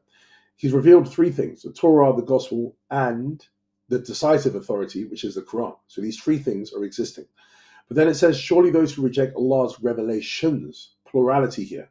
So it's not saying his revelation, now just found in the Quran, but the revelations that's spoken about, the gospel and the Torah and the decisive authority, they will suffer torment. So Allah is saying here, there is an upholding here of the reverence that needs to be given to these things. They're not just prior revelations that have gone. So the implications we have here: Islam, as understood by the pan-abrahamic thesis, is a restoration of Abrahamic faith in Arabia. So Prophet Muhammad went around trying to restore the Abrahamic faith rather than an outright replacement of it. And so this supports the idea that the earliest form welcomed diverse monotheists. And so there was diverse forms of monotheism that were part of the community. Now, someone might say, that verse that is very at the top there. So the one that says Jews, Christians, and Sabians will, they will go to, they will have, God's reward given to them. Now they might say, and this is something you might hear about abrogation. So I don't know if you heard that before, Cameron, but it's where the idea that, later things in the life of the prophet abrogate the earlier things. So some people might say, well, yes, the Quran does say that, but it's not holding with any authority anymore because it's been abrogated by later verses. Now the problem that you have, and something that was picked up by Javid Hashim. So he's great on this. And he emphasized something which I just want to emphasize here, where you have that verse repeated in Surah 5:69. So it's repeated near verbatim in 5:69. Now, Surah 5 was one of the last surahs that was revealed to Prophet Muhammad. So it can't be then that those verses about Christians and Jews having the reward, salvation given to them, has been abrogated, because the verse when it's repeated in Surah 5 was near the end of Prophet Muhammad's life. So near before he died, this was then revealed to him again. So someone can't just say, oh, I can get out of saying the Quran doesn't say this because it's been abrogated. No, because it's not just there it's stated in a later verse, in the later part of Prophet Muhammad's life. So what does that mean? How could that be abrogated as such, sequentially? So yeah, all I'm saying here is we see this position according to the pan-Abrahamic thesis that says inclusivism and pluralism.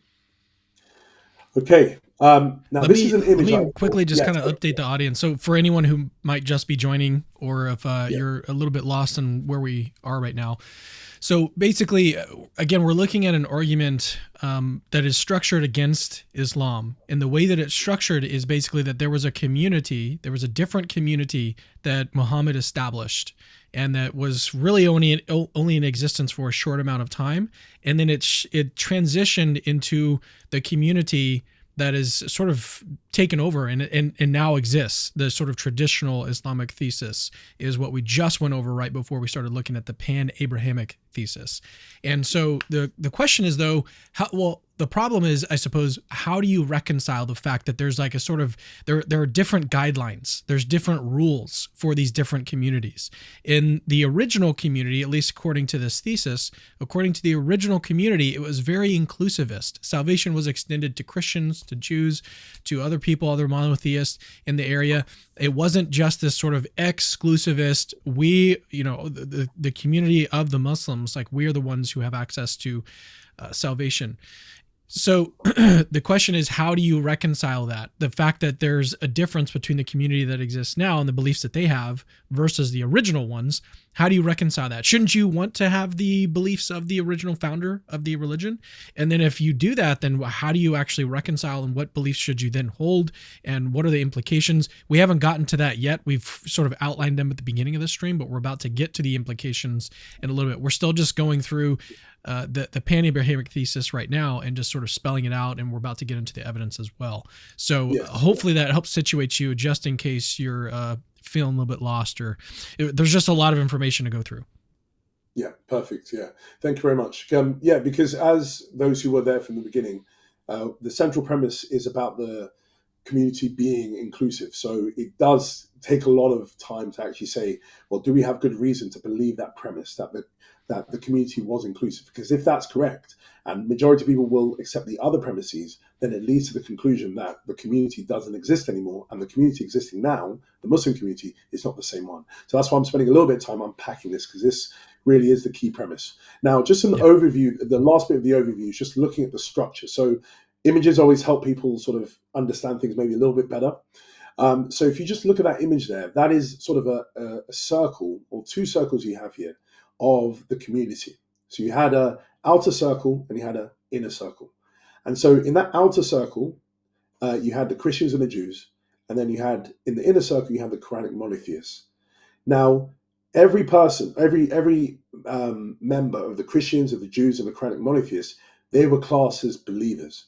So these are all members of Prophet Muhammad's community. Just because the Jews and the Christians are not in the inner circle doesn't mean that they weren't part of Prophet Muhammad's community. What the key thing here, what distinguishes them, is what revelation they're living by. So Christians were following the revelation found within the Christian scripture, the gospel. The Jews were following the revelation found within the Jewish scripture, the Torah. And the Quranic monotheists were following the Quranic revelation. Yet they were all classed as believers. And the key thing here, this is where this term comes up, Muslim. They were all classed as Muslims. So we're going to sort of understand that a little bit more. Just noting this a little bit more. So believers, irrespective of their faith background, be it Christian, Jew, or Quranic monotheists, were expected to adhere to God's laws as outlined in their own respective scriptures. Hence, at an epistemic and linguistic level, the believers originating from Christian or Jewish backgrounds retain their respective identities, while those that previously practiced polytheism were no longer labeled mushrik, so that just means polytheist, once they adopted monotheism and adhered to the Quranic law. So that's why they were called Quranic monotheists, because now they were no longer polytheists. They weren't associating partners. So mushrik just means someone who commits shirk, which is just associating partners with God. And so they weren't doing that anymore. So they were now classed as monotheists, and they were living by the Quranic law, so they were Quranic monotheists. Then subsequently, so this is important, subsequently, the more distinctive term Muslim was then applied to them. So during the life of Prophet Muhammad, you had the Quranic monotheists. By the way, that term is just a term I'm using for them. It's just a shorthand. But you had the Quranic monotheists, you had the Christians, you had the Jews, that were all part of that community, as the circle shows us. But then later, subsequent to the death of Prophet Muhammad, the term Muslim was now a term that replaced Quranic monotheist. So now they were referred to as Muslim. Now, someone might be saying, well, why should I care about that? Why is that important? Well, the key thing is, in the Quran, as we're going to see in a minute, the term Muslim which just means someone who submits. And so a nice way to sort of capture it is someone who submits to the will of Allah. That means someone who's a submitting monotheist. So you're a Muslim if you're a submitting monotheist. Christians, Jews, and Quranic monotheists at the time of Prophet Muhammad were all Muslims. They were all submitting monotheists. They were submitting to God's will as revealed through their own respective scriptures. But they were still then termed Muslim. But then subsequently, the term Muslim changed and it was solely applied to those who were in the inner circle, who were the Quranic monotheists, and no longer were Jews and Christians termed monotheists. So prior to, as I was just saying, prior to this restriction in the term Muslim that occurred after the Prophet's death, the community under him all identified as Muslims. Thus, during his life, Prophet Muhammad was building a concentric circle within his united community, a narrow circle of Muslims, so Muslims who are Quranic monotheists, who lived according to Quranic revelation, and a larger ecumenical circle of Muslims, which included individuals from the other Abrahamic monotheistic faiths, Christianity, Judaism, who were then living according to their own revelations. So I just wanted to give let's say like an advert here for all the people who affirm this. The reason why I'm doing this now is because people might be with me saying, "Oh, this is great," but it just sounds like lunacy coming from Josh's mind. No, it's not. So we've gone through this. I actually did see a comment from someone saying this is. Oh, whack. did you? Okay. So this is sort of, and again, Javid Hashim has done great stuff on this. So please do look him up. He's on YouTube. He's hopefully, I think he might have got his PhD by now, but he's studying at Harvard. And he's a Muslim who I actually borrowed this specific categorization from, where there's sort of there's a list here of those who support the pan-Abrahamic thesis in a certain way, or you have some people who reject it. So what you have here is at the top, you have the originator, who's Fred Donner. Okay, and then the details of this, he's the one who originated the pan-Abrahamic thesis.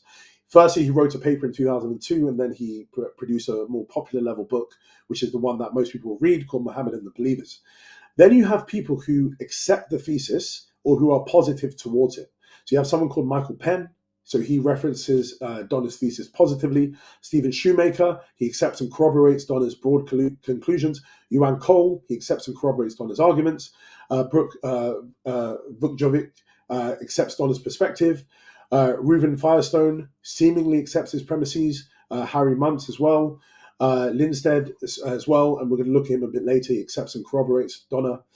You have other people who are accepting it. And then just moving down to the mixed, you have someone who was another scholar in an interview. He has mixed feelings about it, but he thinks that Donner might be right, but not entirely convinced about the thesis. Then you have a very famous person called Patricia Kroner, who people might know her and Michael Cook from a book called Hagerism, or Hagerism, however you pronounce it. And she was one of the main revisionists in the early sort of 70s, where she sort of put this revisionist view of early Islam. Now, she doesn't agree with Donner, but why she's important is because she doesn't also agree with the traditional thesis.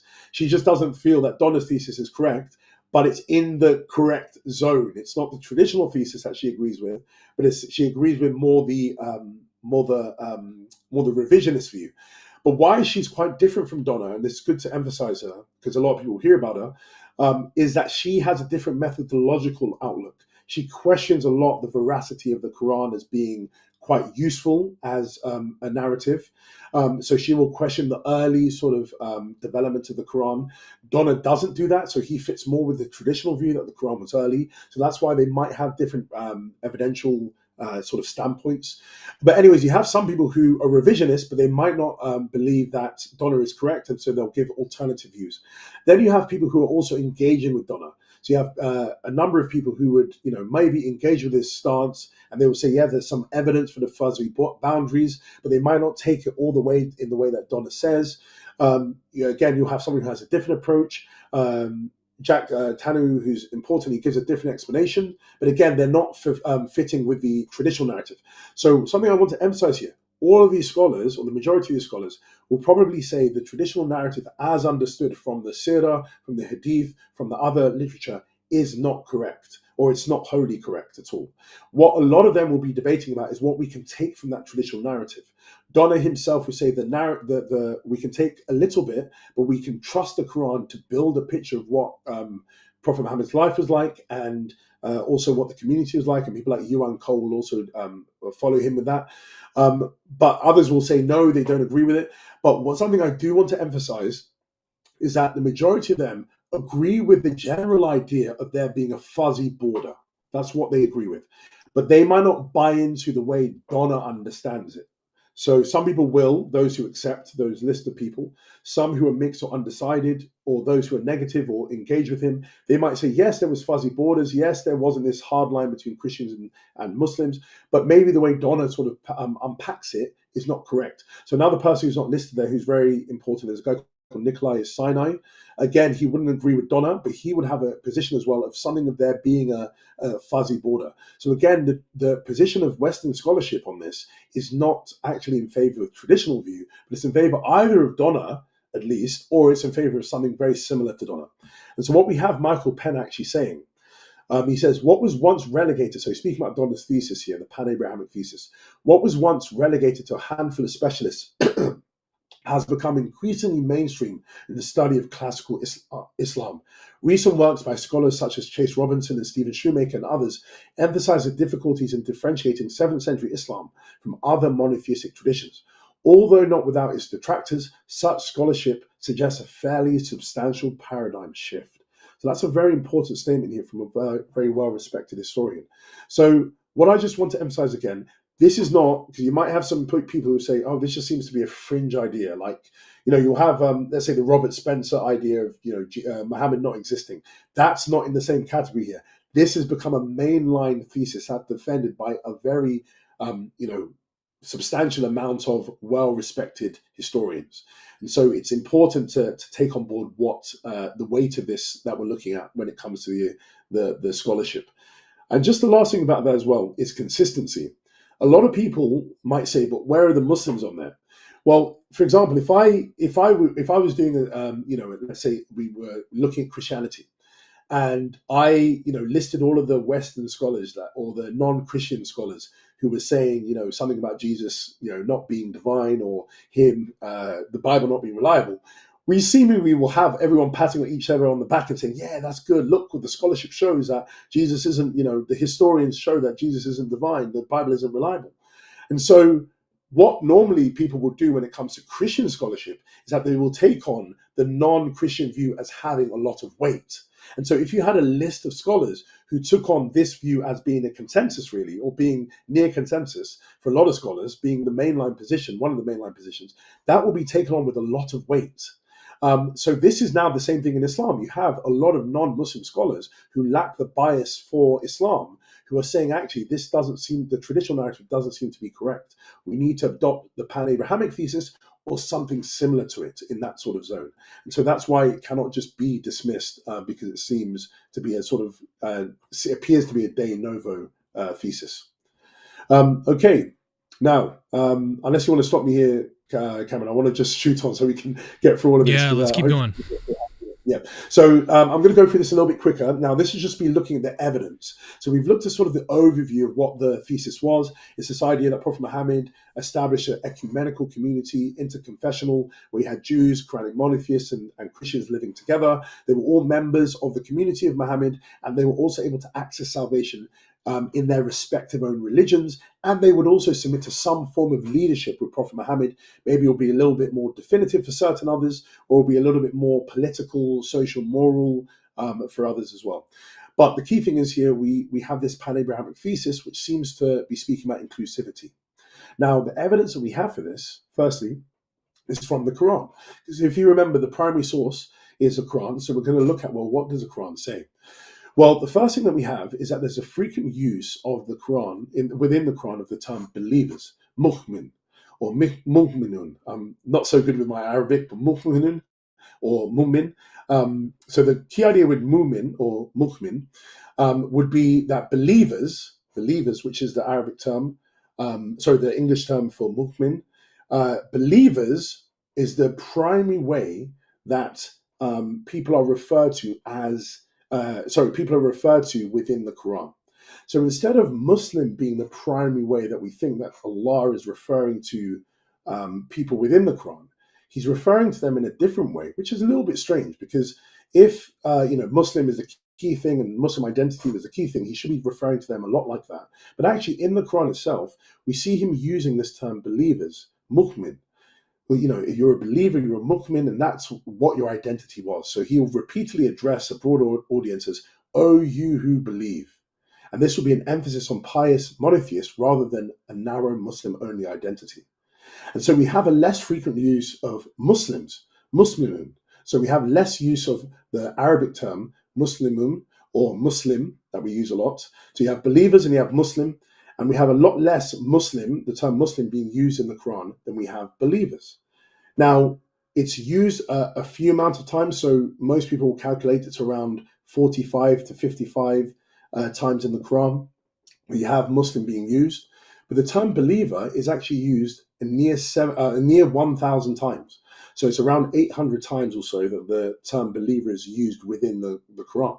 So that seems to be strange. Why is Allah always referring to the followers of Muhammad as believers instead of Muslims?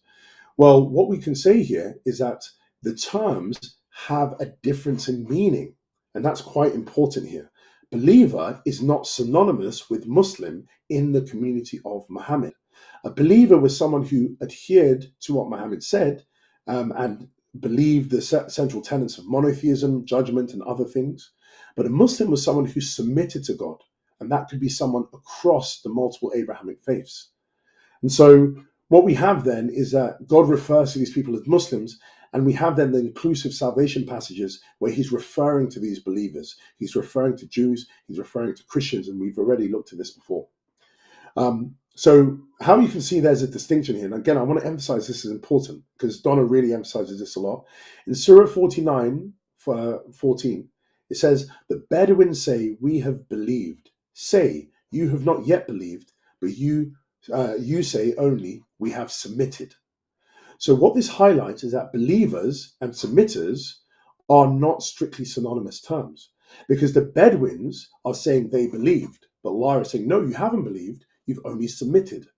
And so submission, being a Muslim, being a submitter, is not necessarily the same as being a believer. They're not synonymous terms at that point. A believer is someone who has genuine faith. A submitter is someone who just submits in an outward sense.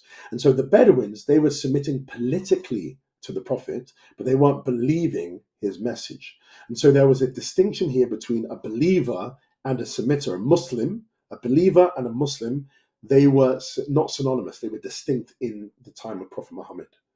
And so the Quranic language suggests an early umbrella of monotheism that's inclusive of believers. Instead of just saying those who followed Muhammad were just Muslims, those who followed Muhammad were believers. Okay, and that's important as a basis for us to understand this more. So as I was saying, it's used almost 1,000 times. And Muslim just means a submitting monotheist. That's used around 75 times. And so what we have here is that there is that distinction that's drawn between Muslim and believer. And this is why I'm emphasizing this, because later on we're going to see these two terms become collapsed, but they weren't collapsed when it was the time of Prophet Muhammad. The second sort of thing we see in the Quran, as we've already gone through this, so we don't need to spend time, is that we don't just have a distinction between Muslim and believer, we also have potential salvation being given to those who are the people of the book. So I've already gone through this. You have Surah 2, you have Surah 5, which speaks in the same way about Christians and Jews having salvation. Again, Surah 5 came at the latter part of Prophet Muhammad's life, so it cannot be abrogated as such. So you have the people of the book being supposedly being able to access salvation, which is quite radical, but this is coming from the Quran itself. You also have another thing that Donna noticed is about Abraham. So in Surah 367, it says, Abraham was neither a Jew nor a Christian, but he was one inclining toward truth, a Muslim, and he was not of the polytheists. So the Quran employs Muslim in the sense of anyone who sincerely submits to the one God. So what this is interesting is Abraham was termed a Muslim, but he wasn't a Muslim in the sense that we understand Muslim today, because a Muslim is not just someone who submits to Allah. He submits to Allah according to today. He submits to Allah as expressed through Prophet Muhammad's teaching. So a Muslim would be someone who submits to the will of Allah and expresses it through, for example, salah, which is prayer, through pilgrimage, so going to Mecca, through fasting during Ramadan, all of these things which are expressions of your submission. That's what someone would say. That's an expression of what it is to be a Muslim. But Abraham didn't have those things being revealed, but he was still called a Muslim, because a Muslim in the Quran is just someone, in a general sense, who submits to God. And so that means, again, that the term Muslim is a broad term that was applied to people who were not just Muslims by following the Quranic revelation. They were Muslims if they submitted to the will of Allah. So you had believers, and these believers were also able to be Muslims because they were submitting to the will of Allah. So we have some of this evidence from the Quran, where just summarizing again, you have distinctions being drawn between believers and Muslims. You have salvation being given to these believers and Muslims, and you have people who were not even following Muhammad who are able to be called founding for the believers to also be classed Muslim as well. We have then a very important document called the Constitution of Medina. So this is sometimes called the Ummah document, and it's one of the earliest texts that we have about Prophet Muhammad. Now, we don't have this document surviving, so we don't have this as in the surviving form, but it's been replicated in certain works that a majority of scholars take to be reliable. So they do not really question the veracity of the Constitution of Medina, but it's something which we don't have existing in its sort of physical form, but it's still taken to be a reliable document. Now, do you mind if we pause really quickly? Yeah. I'm seeing some, I'm just looking at the live chat right now, and some people are a little bit lost. Yes. Give us an overview picture of where we are right now, and just to help situate us. So, yeah. I don't know if people have had their Red Bull and everything. So, it's a long journey. So where we are is what I'm putting forward, or what I put forward at the beginning, was an argument. It's a philosophical argument, which seems to show that the existing community of Muslims, so we have over 1 billion Muslims, and it could be 2 billion within, not very long. So you have a lot of Muslims that are existing today, and they form this community of Muslims. Now, there will be distinctions, Sunni and Shia, but let's just put them all together as this Muslim community. Now, my question is this Muslim community the same community as Prophet Muhammad's community? Now, why this is important is because every Muslim would say two things are central in their faith: Allah, who is the central thing, and the Prophet. And so you cannot be a Muslim and just say, I follow Allah, but I don't care about the Prophet. Now, the Prophet is central because he is the final messenger who's been given the revelation. So every Muslim, a part of the Muslim community, will want to have Prophet Muhammad as being the leader of their community, so that they are part of his community that he established in the 7th century. However, the argument that I'm putting forward is that philosophically and based upon contemporary scholarship, it doesn't seem to be the case that the community that's existing today is Prophet Muhammad's community. Actually, instead, Prophet Muhammad's community went out of existence within about 30 to 40 years after his death. And so the community that's existing today replaced Prophet Muhammad's community, but it's not the same community at all. So I'll give you an example of, let's say, myself. So let's say I've got kids, I've got 3 kids, and, they all call me daddy and blah, blah, blah. Okay, I'm their dad. And, let's say the next day when my kids wake up, they see a person who doesn't look at all like me, but he's going around calling himself Joshua. He's saying all the things that they normally know, but he doesn't at all look like me. And he also has a few funky beliefs as well that I normally don't have. Well, my kids are going to say, well, that's not my dad. No matter what, that is not my dad. That's a different man. That's not my dad. And that will be a very serious thing, because that person has replaced me. I'm no longer existing. Let's say he killed me, and now this person has now replaced me. And that's a serious problem. That's not going to be something we can just say, okay, fine, I've got a new dad now. Unless my kids hate me, I don't think they do. So they're not going to be very happy with the replacement of me. Now, this is the same idea, but it's at an organizational level, a community level. You had Prophet Muhammad's community that he established, and according to Muslims, God is the one who ordained him to establish that community. But then that community, according to the argument that's been put forward, went out of existence. It stopped existing. and then was replaced by another community and by another leader who we haven't been introduced to yet. And now the community that you're part of, the argument is saying, is no longer Prophet Muhammad's community. It's another community. And so you have a problem as a Muslim, because according to your Shahada, you believe in God and you follow the Prophet. But according to this argument, you're not following the Prophet because you're not part of his community.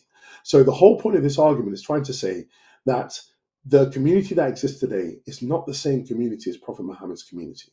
And we have good historical reasons to believe in this and good philosophical grounds for this as well.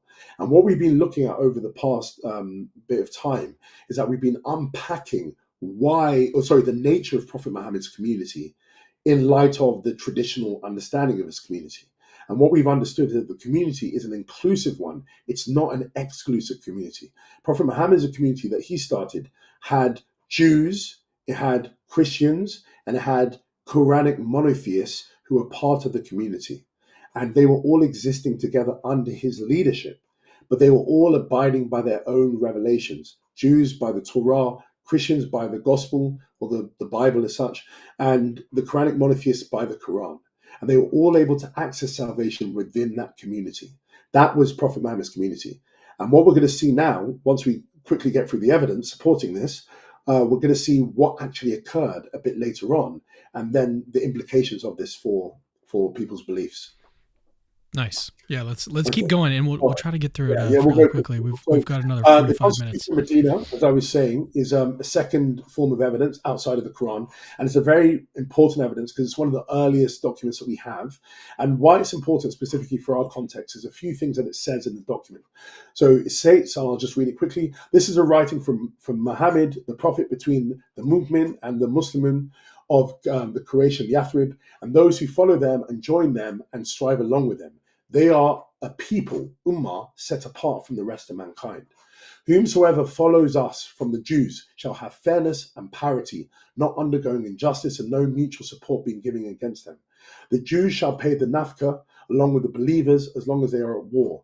And the Jews of Banu Auf are a people, ummah, with the believers. The Jews have their deen, that means religion, and the Muslims have their deen, that means religion. So according to Donna, analyzing this document, the last section, so that last third paragraph that we looked at, reflects a time when the Jews of Banu Auf, so a certain tribe of Jews, they had joined the Ummah. So they had just joined. So they weren't part of the believers yet, but they just joined the community. And Prophet Muhammad was just saying how they were going to live like. So just understanding that it speaks to Jews specifically. So what we have in this context is that Prophet Muhammad moved to Medina and he was functioning as an arbiter. And he sort of developed this document which was going to sort of bring peace and cooperation to the tribes living in that area, specifically the Jewish tribes. And so after he was after the Hijrah, after he was in Medina, he had this socio-political agreement with the existing tribes, and this shaped a pluralistic Medinan community. And the key thing here, it included Jewish tribes. So you had Jewish groups who were designated as a part of the same community. As it said already, they were part of the Ummah. The Jews were now part of the community of Muhammad alongside the already existing believers. And each group retained its religious autonomy under this social political agreement.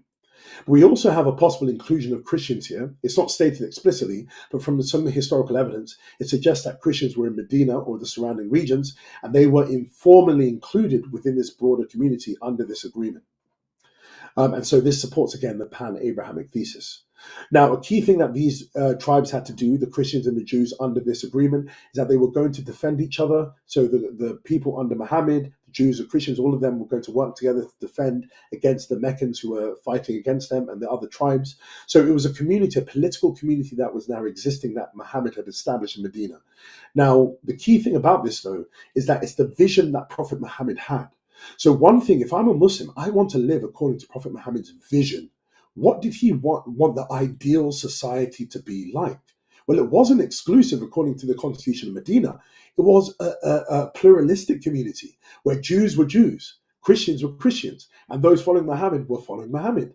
But they were living together pluralistically in this community. So we have further concrete evidence here that Prophet Muhammad's own vision was not strictly exclusivist, but it was something where others were able to be part of the Ummah under this common constitution. So this also is evidence for this.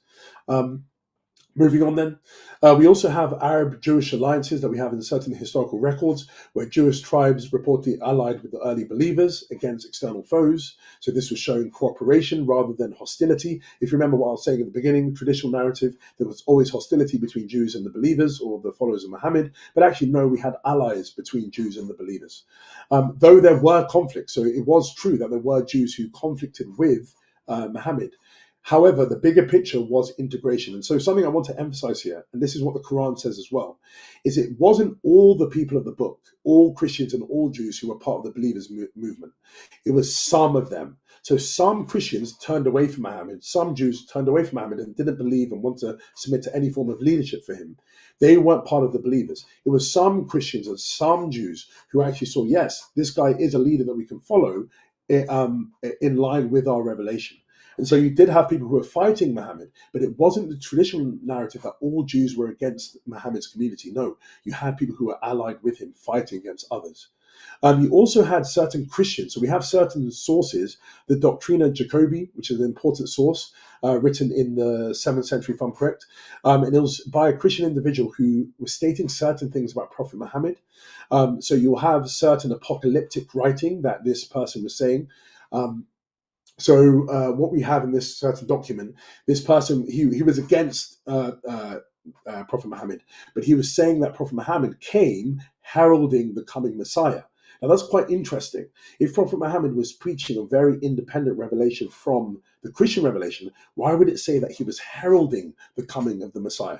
Now this obviously was incorrect, because this wasn't what Muhammad was doing, but their understanding of some of the people outside of the community was that Muhammad was preaching a message very similar to Christianity, and it was even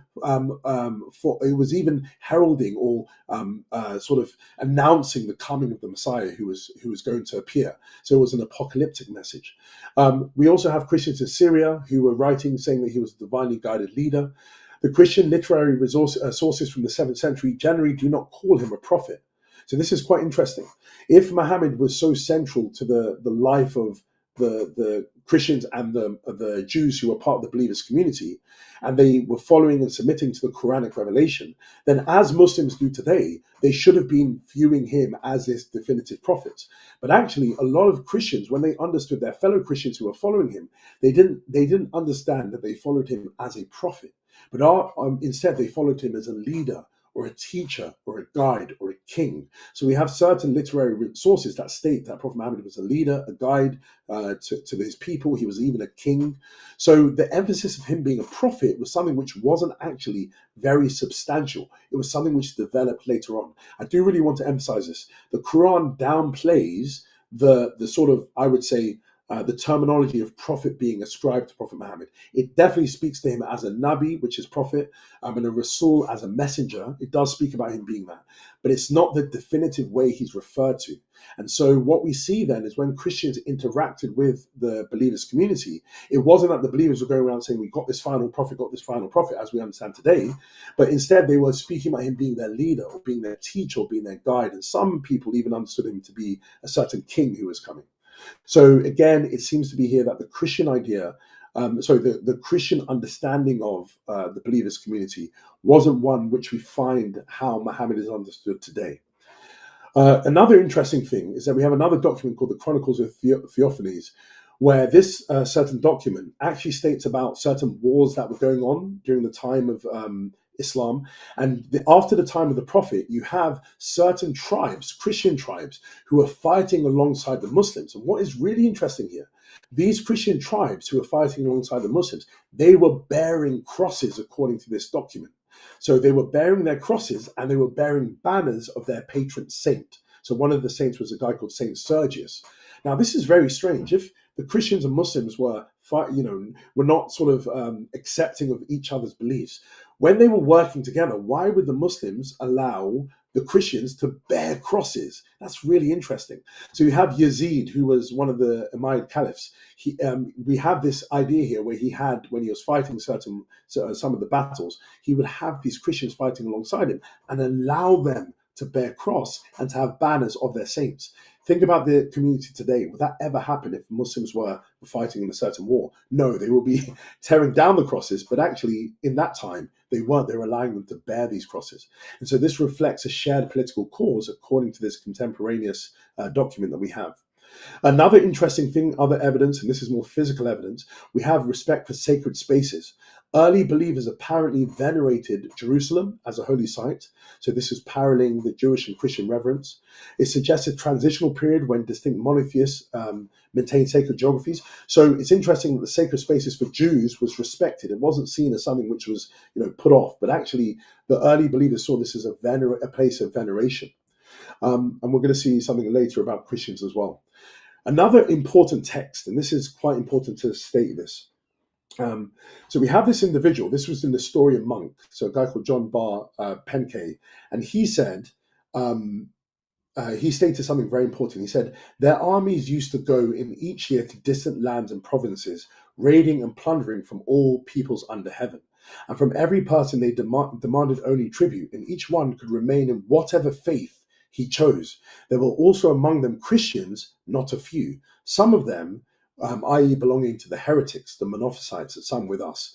So the interesting thing is you have this Christian monk who was living at the time. Again, remember, some of the primary sources we're looking at are contemporaneous non-Muslim sources. And you have this non-Muslim source who was telling us how the armies, again, the believers were operating at that time. You had, number one, the believers were allowing, even though they were plundering certain places, they were allowing people to continue on with their faith. They weren't saying, become a Muslim or whatever. They were still allowing them to continue on with their monotheistic faith. But they also included within their sort of community these Christians. And he said not a few Christians were part of these communities. Then you have the Nestorian patriarch, so Ishoyab III, and he writes, the Arabs not only do not fight Christianity, they even recommend our religion, honor our priests and saints our Lord, and make gifts to monasteries and churches. So again, this is around 650. So this is about 20 years after the life of the Prophet. You have individuals who are saying that the Arabs, so speaking about the Muslims at that time, the Islamic community, they do not fight Christians. They're not fighting against Christians, but they're even recommending the religion and even honoring it. So again, that seems to continue this idea that Prophet Muhammad had this inclusive community that others later on were upholding. So the implication of this is that there doesn't seem to be a clear-cut Muslim versus non-Muslim distinction. That seems to be exaggerated according to this contemporaneous sources we have. It seems to me that the alliances and the expansions that were taking place indicated an interconfessional dynamic. So it wasn't just a military campaign of Muslims against non-Muslims, but you had non-Quranic, so you had people who were not Quranic monotheists who were working together with the Quranic monotheists and leading the charge on forward in the expansions. Now, this doesn't seem to work if you have the exclusivist sort of position. Because remember what the Prophet said according to a Sahih Muslim. He wanted to expel the Christians and the Jews from Arabia, not for them to work alongside his own people. Then we have the documentary evidence. So we have terminology. So we have early coins.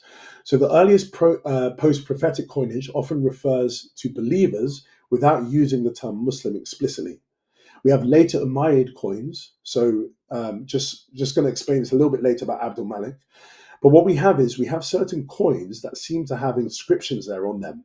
And those inscriptions don't seem to be inscriptions which speak about this distinct Muslim identity. So instead, it seems to be a more generic monotheistic identity that we have of these coins. So we have these early coins that were produced during or after the time of the Prophet up to a certain point, and they seem to just have general monotheism on them, not something about Islam as we understand it today, with the Prophet being central to it. We have inscriptions in mosque and buildings. So we have early mosque inscriptions, which focus on God's oneness and moral exaltations, rarely mentioning exclusive Islamic identity. But then over time, what we find is that these inscriptions increasingly reference Muhammad as God's messenger. So there's a development here of the coins, there's a development here of the inscriptions, where at the beginning, they seem to be just general monotheism, God is one and all those things. And that could be affirmed by any person, Christian, Jew, or Quranic monotheist. But then later on, you seem to have more reference of Muhammad being the center of the believers' movement, according to these inscriptions. And this seems to then be saying that the circle was now narrowing to those being part of the believers, being those who submitted to Muhammad and the Quranic revelation instead of the Jews and the Christians. Another important thing, and this is quite interesting, is that you have the evolution of the Shahada. So we have certain epigraphic. So that means epigraphic evidence is just inscriptional evidence. So things that are written down, like let's say inscriptions on walls and things like that. This was analyzed by Linstead and others, and also Donna brings us up. And we have something called the single Shahada. So we have certain epigraphic evidence or inscriptions where the Shahada just says, there is no God, but God alone. He has no partners. So you have here about oneness of God, his uniqueness, and there is no associating partners with him. And that is it. But then later on, we have an addition to the Shahada in the inscriptional evidence, where it's not just now there is no God but God, but now Muhammad is the messenger of God. So this is the Shahada as people know today. But according to the evidential basis, when it comes to the epigraphic evidence, the inscriptions that we have, it just has a Shahada stating about God, but nothing about the Prophet and him being the messenger of God. Later on, we have this expansion to the double Shahada. Now, this is quite radical, because if it was that the Shahada was just a single statement about God being one, that could be affirmed by Quranic monotheists, by Christian and by Jew, and it didn't mean that they had to submit to the prophetic authority of Muhammad. It wasn't until later that that was the case. So, as I was saying, there seems to be a gradual crystallization of a distinct Islamic identity later on, after the life of Prophet Muhammad, during the Umayyad period. Yeah, this We is all also have really other good. things. Yeah, thank you. So we also have other things, papyri and administrative texts. So some administrative documents and papyri from this early period also use formulae emphasizing God's oneness without mentioning Muhammad. This suggests that the early believer community was still forming its distinct religious identity. So just taking a step back, again, not to flood people with evidence, but the reason I'm doing this is to say why we should believe premise two, that argument I gave at the beginning. Now, we're just looking now outside of the Quranic evidence, outside of the Constitution of Medina. We have this sort of documentary and physical evidence. So what I mentioned at the beginning was about coins. Now, some of the coins, these are the coins that we have stated. So we have Arab and Byzantine coins, which come from the 650 to the 690 period. These coins were minted in regions under early Islamic control, but largely modeled on Byzantine prototypes. Many of these coins bear inscriptions, La ilaha illallah, which says there is no God but God. Now, some of them also say he has no associates, but they do not explicitly mention Muhammad, these coins, which are quite interesting. We have Arab Sicilian coins. So just so people understand, basically the Arabian Peninsula, so Mecca and Medina and all that, it was caught in the middle of two warring empires at the time. You had the Byzantine Empire, you had the Sicilian Empire, and they were basically fighting at the time of Muhammad. And anyway, you had these two empires, and so obviously they were using different coins. So the Arab Byzantine coins, they had their own coins, and then the Arab Sicilian coins, they had their own. But the key thing here is that, again, they had Arabic phrases there, but they didn't have anything about Muhammad there. And this is not talking, I'm saying when there was the expansion of the Islamic community, they were still using coins that didn't have Muhammad's name on. And that's quite interesting, because if you think about it, if you take, I don't know so much in America, but if you take a note in England where I'm living, and we have our note here, who does it have on there? It has the leader, the most important person. It has the king, or it has the queen in what we have at the moment. But when it gets minted again, it's going to have the king's face on there, and because he's the most important. So when you're using coins, this also speaks about who the most important person is. So think about it as well in the Gospels. When Jesus takes a coin and says, whose face is on here? He asks, well, they say it's Caesar, because again, you put the most important thing. So then if Muhammad was a central person, central being, central thing in the believers community, then he should have been in that time of the coin, on the coins. But we don't have, we have God. We have statements about God, and that is it. But we do not have about Muhammad. Now, we do have some coins, which is interesting. Later on, we're around the 685 to the 705 period, which start mentioning Muhammad as the prophet. So this is during the period of Abdul Malik, which we're going to go into in a bit, where you have these coins which now no longer just have the prophet's, they don't just have inscriptions about God, but now they have inscriptions about Muhammad as well. Now, also interesting as well, the Arab Byzantine and the Arab Sicilian coins, they used to have images as well. Some images had images of the leaders of the communities. Some had images of a man carrying a cross. So you used to have crosses on those images, and then also about Allah, about God. But then later on, all those images were removed, and it just had God and it had Muhammad on. So you can see that there was now Islamic identity that was now established later on. Not to spend more time, but we have papyri again. These are important documents, though, because if you want to know how something is operating during the time of a government, you're going to look at their official documents. So we have this protocol of the governor, where it says early ministry papyri focus on monotheistic declarations and the duties of believers, but again, often lack explicit mention of Muhammad. So we have these administrative documents that do not have this, but later on they start incorporating this. And we have other papyri again that sort of shows this. So the key thing here, the summary of this evidence, we have this sort of physical evidence of coins and papyri, which are speaking so much about the central figure in the religion of the believers, which is God. And they all agree with that. But it doesn't have the centralized aspect of Muhammad until later on, when you have this crystallization of an Islamic identity. So what we can say is from sort of the epigraphic information and from the physical evidence, we seem to have the believers community having a certain way of understanding things, just God being central, and then an evolution later on after the life of Prophet Muhammad to them being Islamic identity.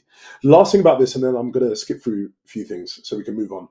An interesting thing is we also have archaeological evidence in Syria and Palestine, where you had some churches spaces being used for believers for communal prayer before being dedicated mosques. So what this means is we have basically these archaeological remnants of like floor spaces where it showed like Christian art, but then also Islamic art.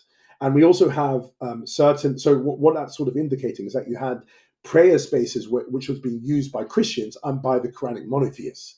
And this is something which is brought up by Donna a lot. It's very strange because if you think about this, if I was, let's say today I said, you know what, I want to reform Islam back to the inclusive community of the Prophet. I'm going to go to my local masjid, so my mosque, and I'm going to, bust open my Bible and start reading the Gospel of Mark out loud. They're going to say, sorry, can you leave? Like, what are you doing here? And I'm going to say, no, I'm trying to pray. And they say, no, this is not a place for prayer. That wasn't happening during that time. You had prayer spaces, which were shared, non-distinct places of worship, where you had certain excavations that have happened, where you had prayer being directed towards the Muslim form as such at that time, which was more limited, and also the Christian form. And there was a shared prayer space. What does that indicate again? It supports the believers movement, that they were sharing together an ecumenical community where you could uphold your own faith while still being part of the believers community. We also have other graffiti, again, I'm not going to go through this, where again, it's just emphasizing about God, but not explicitly emphasizing about Muhammad until later on. So again, the implication of all of this is it seems to be on top of the Quranic evidence, on top of the Constitution of Medina, the historical evidence from that. We have physical evidence, we have epigraphic evidence, which seems to be supporting this idea that the believers community was in a certain way, and then there was a transformation later on. You also have hadiths, I'm not going to spend time on this, but certain hadiths speak about what I was saying as well. They support this idea of Christians working together in military. So an interesting guy, Christians will be quite interesting about this. John of Damascus, he's a saint in Orthodoxy, in Catholicism as well. He was actually within he was working as one of the administrators, and his father as well was working as one of the administrators of the Muslim, if I'm correct, I think it was Yazid or Muawiyah, one of them. So he was working for one of the Umayyad caliphs at that time. So if you want to really think, remember what the exclusive narrative says. It says, Prophet Muhammad said in Sahih Muslim, I want to expel Christians and Muslims from the land of Arabia. What is then a Christian? And we're talking about John of Damascus here, who's a saint, a very revered saint in Orthodoxy and in Catholicism. He was part of the administrative team as such of the Umayyad caliphs. So these were people who were successors to Prophet Muhammad, and they were leading the believers community. Why would they employ this to be the case? So it's really strange. Also interesting as well, Yazid's mother, Yazid, who was one of the caliphs as well, his mother was a Christian. So it's really strange. There was intermarriage between these sort of things. I forgot this off my slide as well, but I'm getting too happy with all this. But there's also documented evidence where we have, and if anyone wants to email me, you can email me and I'll send this to you. It's joshua.sijuwade@lst.ac.uk, where there's a statement from a Christian where he speaks about Christians not just sharing spaces of worship with these individuals, these Muslims, these Arabs, but they were also sharing food. Now that's really interesting, because food is one of the demarcations that you have of the contemporary Muslim society and non-Muslims. You only eat the halal meat. You only eat meat that's been offered to. But they were sharing meat. They were sharing food. That's really strange. And I think he uses the term meat, if I'm correct. So why would that be the case if there was this exclusive community? No, it's because they were all under the believers community. So we have further things there which falls into the literary evidence. For those who are going to be interested in reading the article, I'm not going to spend time on this slide, but Linstead, who was one of the corroborators of Donner's thesis, he then basically did a research, it's about 100-page research, where he looked through all the inscriptions that I was speaking about. So he had 100 dated inscriptions from the time of about 643 to 750 CE. And he looks at basically how there was a transformation in the inscriptional evidence that I was speaking about. So basically in the early period, you had very limited explicit mentions of Muslim identity, but you have more mentions of believers and simple monotheistic prayers and asking God for divine mercy. So you have this earliest layer of data, 640 to 680. So that's just 10 years to 50 years after the death of Prophet Muhammad. You had only things that were very generalized. But then there was a monumental shift later on where you had, I'm just going to go through this. You had a transitional period where you had then a more explicit Muslim identity. So I'm just going to read what he says here and then I'll move on. On the basis of the evidence discussed here, I suggest that early Islamic history should be considered as consisting of two phases. First, the believer's phase, which is from 622. So think about when 622 is. That's still when Prophet Muhammad's around and he's migrated to Medina. So you have 622 to 680s. That's the first phase. He calls it the believer's phase, according to the epigraphic evidence. And then the second early phase is from the 690s onwards. So he calls it the believer's phase and then the early Muslim phase. So there are two different phases here, according to the evidence that Linstead did in his very rigorous evidence of the epigraphic data. So again, this supports a pan-Abrahamic thesis, and I do spend quite a bit of time unpacking this in the article, what Linstead speaks about. But the key thing here is he believes that the epigraphic evidence supports all of this literary evidence that we've looked at, that there was this sort of transformation. There wasn't sort of a Muslim identity until the later period. It was fuzzy and inclusive at the beginning, the early period during the Prophet's life. Okay, now this is the key one. Okay, so you have this guy called Abdul Malik, and this is the key thesis, part of the pan-Abrahamic thesis, according to Donna. So hopefully people are still stuck along. If you've got a Red Bull in the fridge, please drink it, and hopefully you'll get through this. But you have now Abdul Malik, this interesting figure. Okay, now I just want to paint a history of what happened after Prophet Muhammad's death. So Prophet Muhammad died in 632. Okay, so around 632, 631, 632, he died. But he died without anointing, as such, a successor. That's a general historical narrative. He didn't designate who was going to be the successor of the community. Everyone agrees there was not going to be any other prophets after Prophet Muhammad, as such. He was the final seal of the prophets. But there was still going to be need of a successor for the community, to lead the community forward. So he didn't anoint anyone as that successor.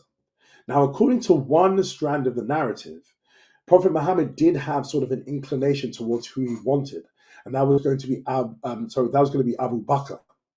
Now, Abu Bakr, according to the Sunnis, was the first leader of the Muslim community. However, some people believe that that wasn't correct. They believe that actually the leader of the Muslim community should have been a person called Ali, okay, who was a relative of Prophet Muhammad.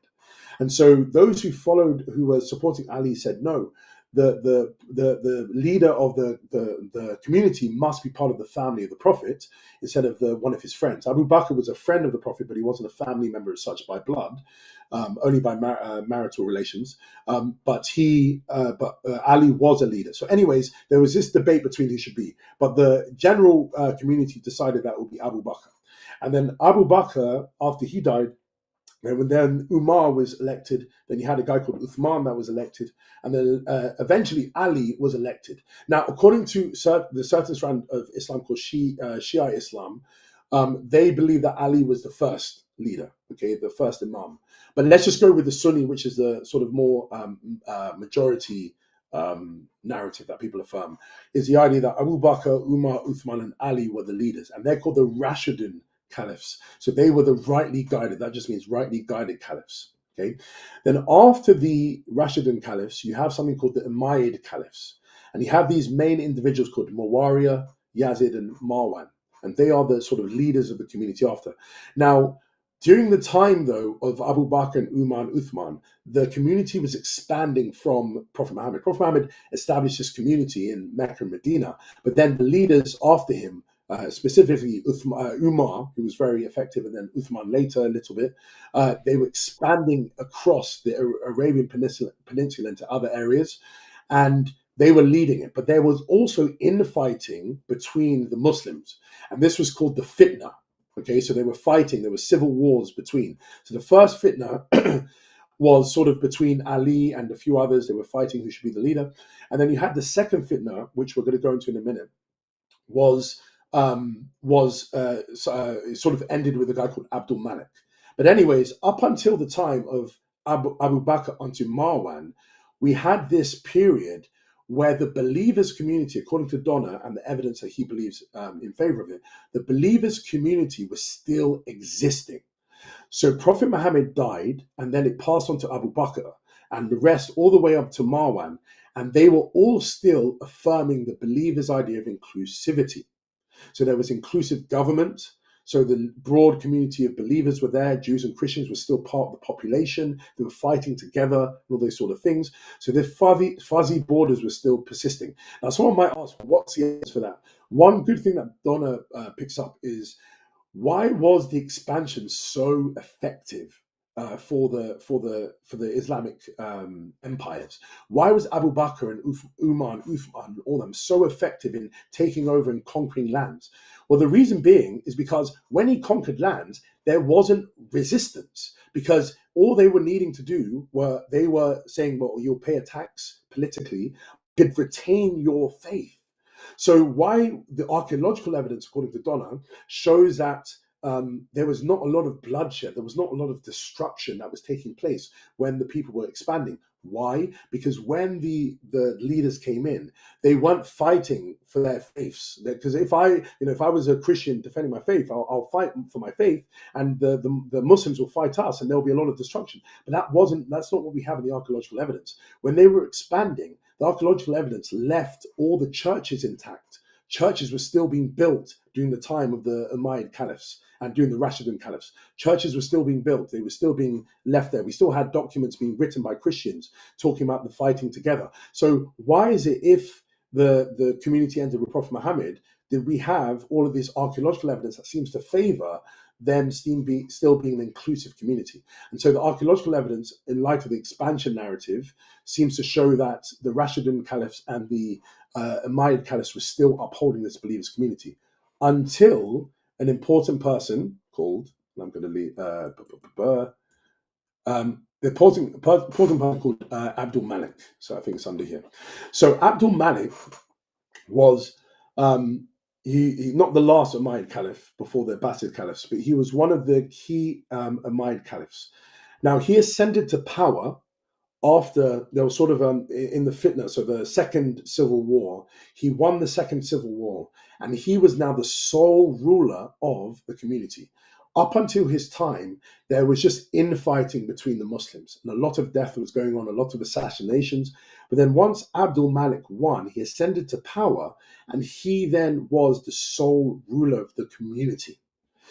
One thing that Abdul Malik, according to Donner and others, so this is not my own thoughts, this is from Donner and other, the historians, so their thesis is that when Abdul Malik came into power, he wanted to unify the community as one again, because the community was now broken up into pieces because of all the civil war that was taking place, and now he wanted to unify it under him. So when he ascended to power, he wanted now to really reform or re-identify what it means to be part of his community. So this will also solidify his authority under him. And so what you have then is that it was him instead of all the other people, not Muhammad, not the Rashidun or other Umayyad caliphs, who introduced the major religious, linguistic, and administrative reforms that made the Islamic identity come into existence. So it was Abdul Malik where the evolution took place for the Muslim community, the believers community. And so the evidence that we have of this is Abdul Malik is the person who constructed, or he designated the construction of the Dome of the Rock. So that very famous famous dome that you'll see in Israel, you'll see in Jerusalem. This Dome of the Rock was established by Abdul Malik. But what does Abdul Malik do when he establishes that Dome of the Rock? What he does as well is he puts certain inscriptions on there. No longer do you have the single shahada, you have the double shahada. You have there is only one God, and you have Muhammad is the messenger of God. We have that written all over the dome. And we also have anti-Trinitarian passages, which are also on the dome as well, which is quite interesting.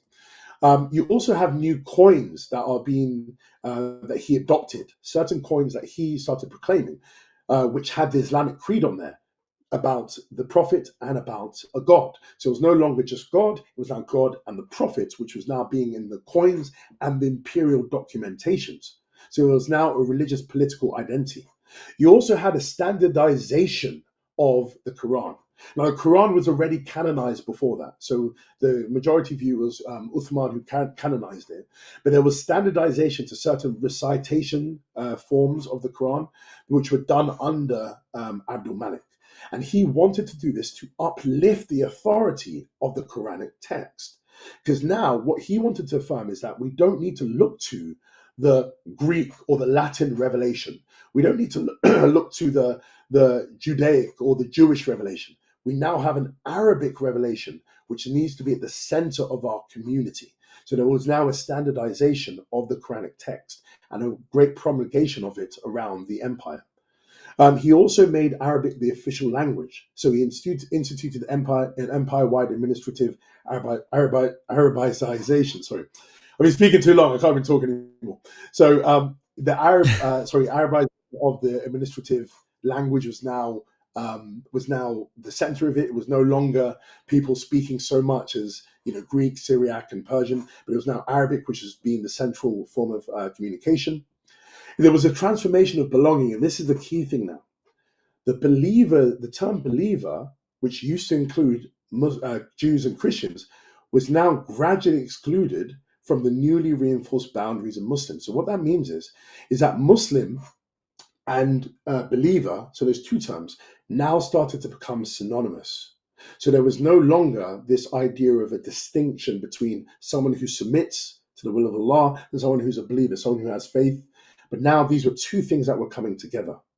And so what we have from this, and you can look through Donna's book, you can also, I bring this up in the evidence in the short way in my article, and through Lindsted's work, you can sort of see the inscriptional evidence which supports all of this thing, what he's doing. So many scholars view Abdul Malik's reign as a turning point, with the earlier, more inclusive community of believers coalesce into a distinct Muslim polity and identity, a transformation powerfully symbolized by the Dome of the Rock inscriptions, the double Shahada. And this set the trajectory for medieval and modern Islamic identity. So what we can now see is that this is the community under Abdul Malik. So Abdul Malik's community, which I'm now saying is the contemporary Islamic community. Look what the community was before. It used to have two circles where they were all included. No longer that. You have one circle now of Quranic monotheists, believers / Muslims, and they are only those, you're a believer or you're a Muslim if you submit to monotheism, you're submitting monotheism, and you follow the Quranic law and revelation. And so they're the ones who can now have salvation, and Christians and Jews are excluded. So that's what was coming to place in Abdul Malik's reign. There was now the exclusivism, which was now starting to coalesce and develop, and the inclusivism of Muhammad and the caliphs after him was now being replaced by Abdul Malik's sort of reign. So the conclusion of all the evidence. The divergent sources, the Quran, Constitution, Medina, inscriptions, Hadith, contemporary accounts, converge on the idea that the early believers included multiple confessional groups. The sharp boundaries defining Islam versus non-Islam likely solidified decades after Muhammad's death, especially under Umayyad rule.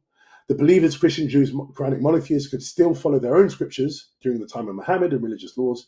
And salvation, all of these groups, believers, Christians, Jews, Quranic monotheists, can secure salvation under this inclusive framework. And so the strands of evidence collectively indicate that Prophet Muhammad's original community was more expansive, bridging Jews, Christians, and new Quranic monotheists.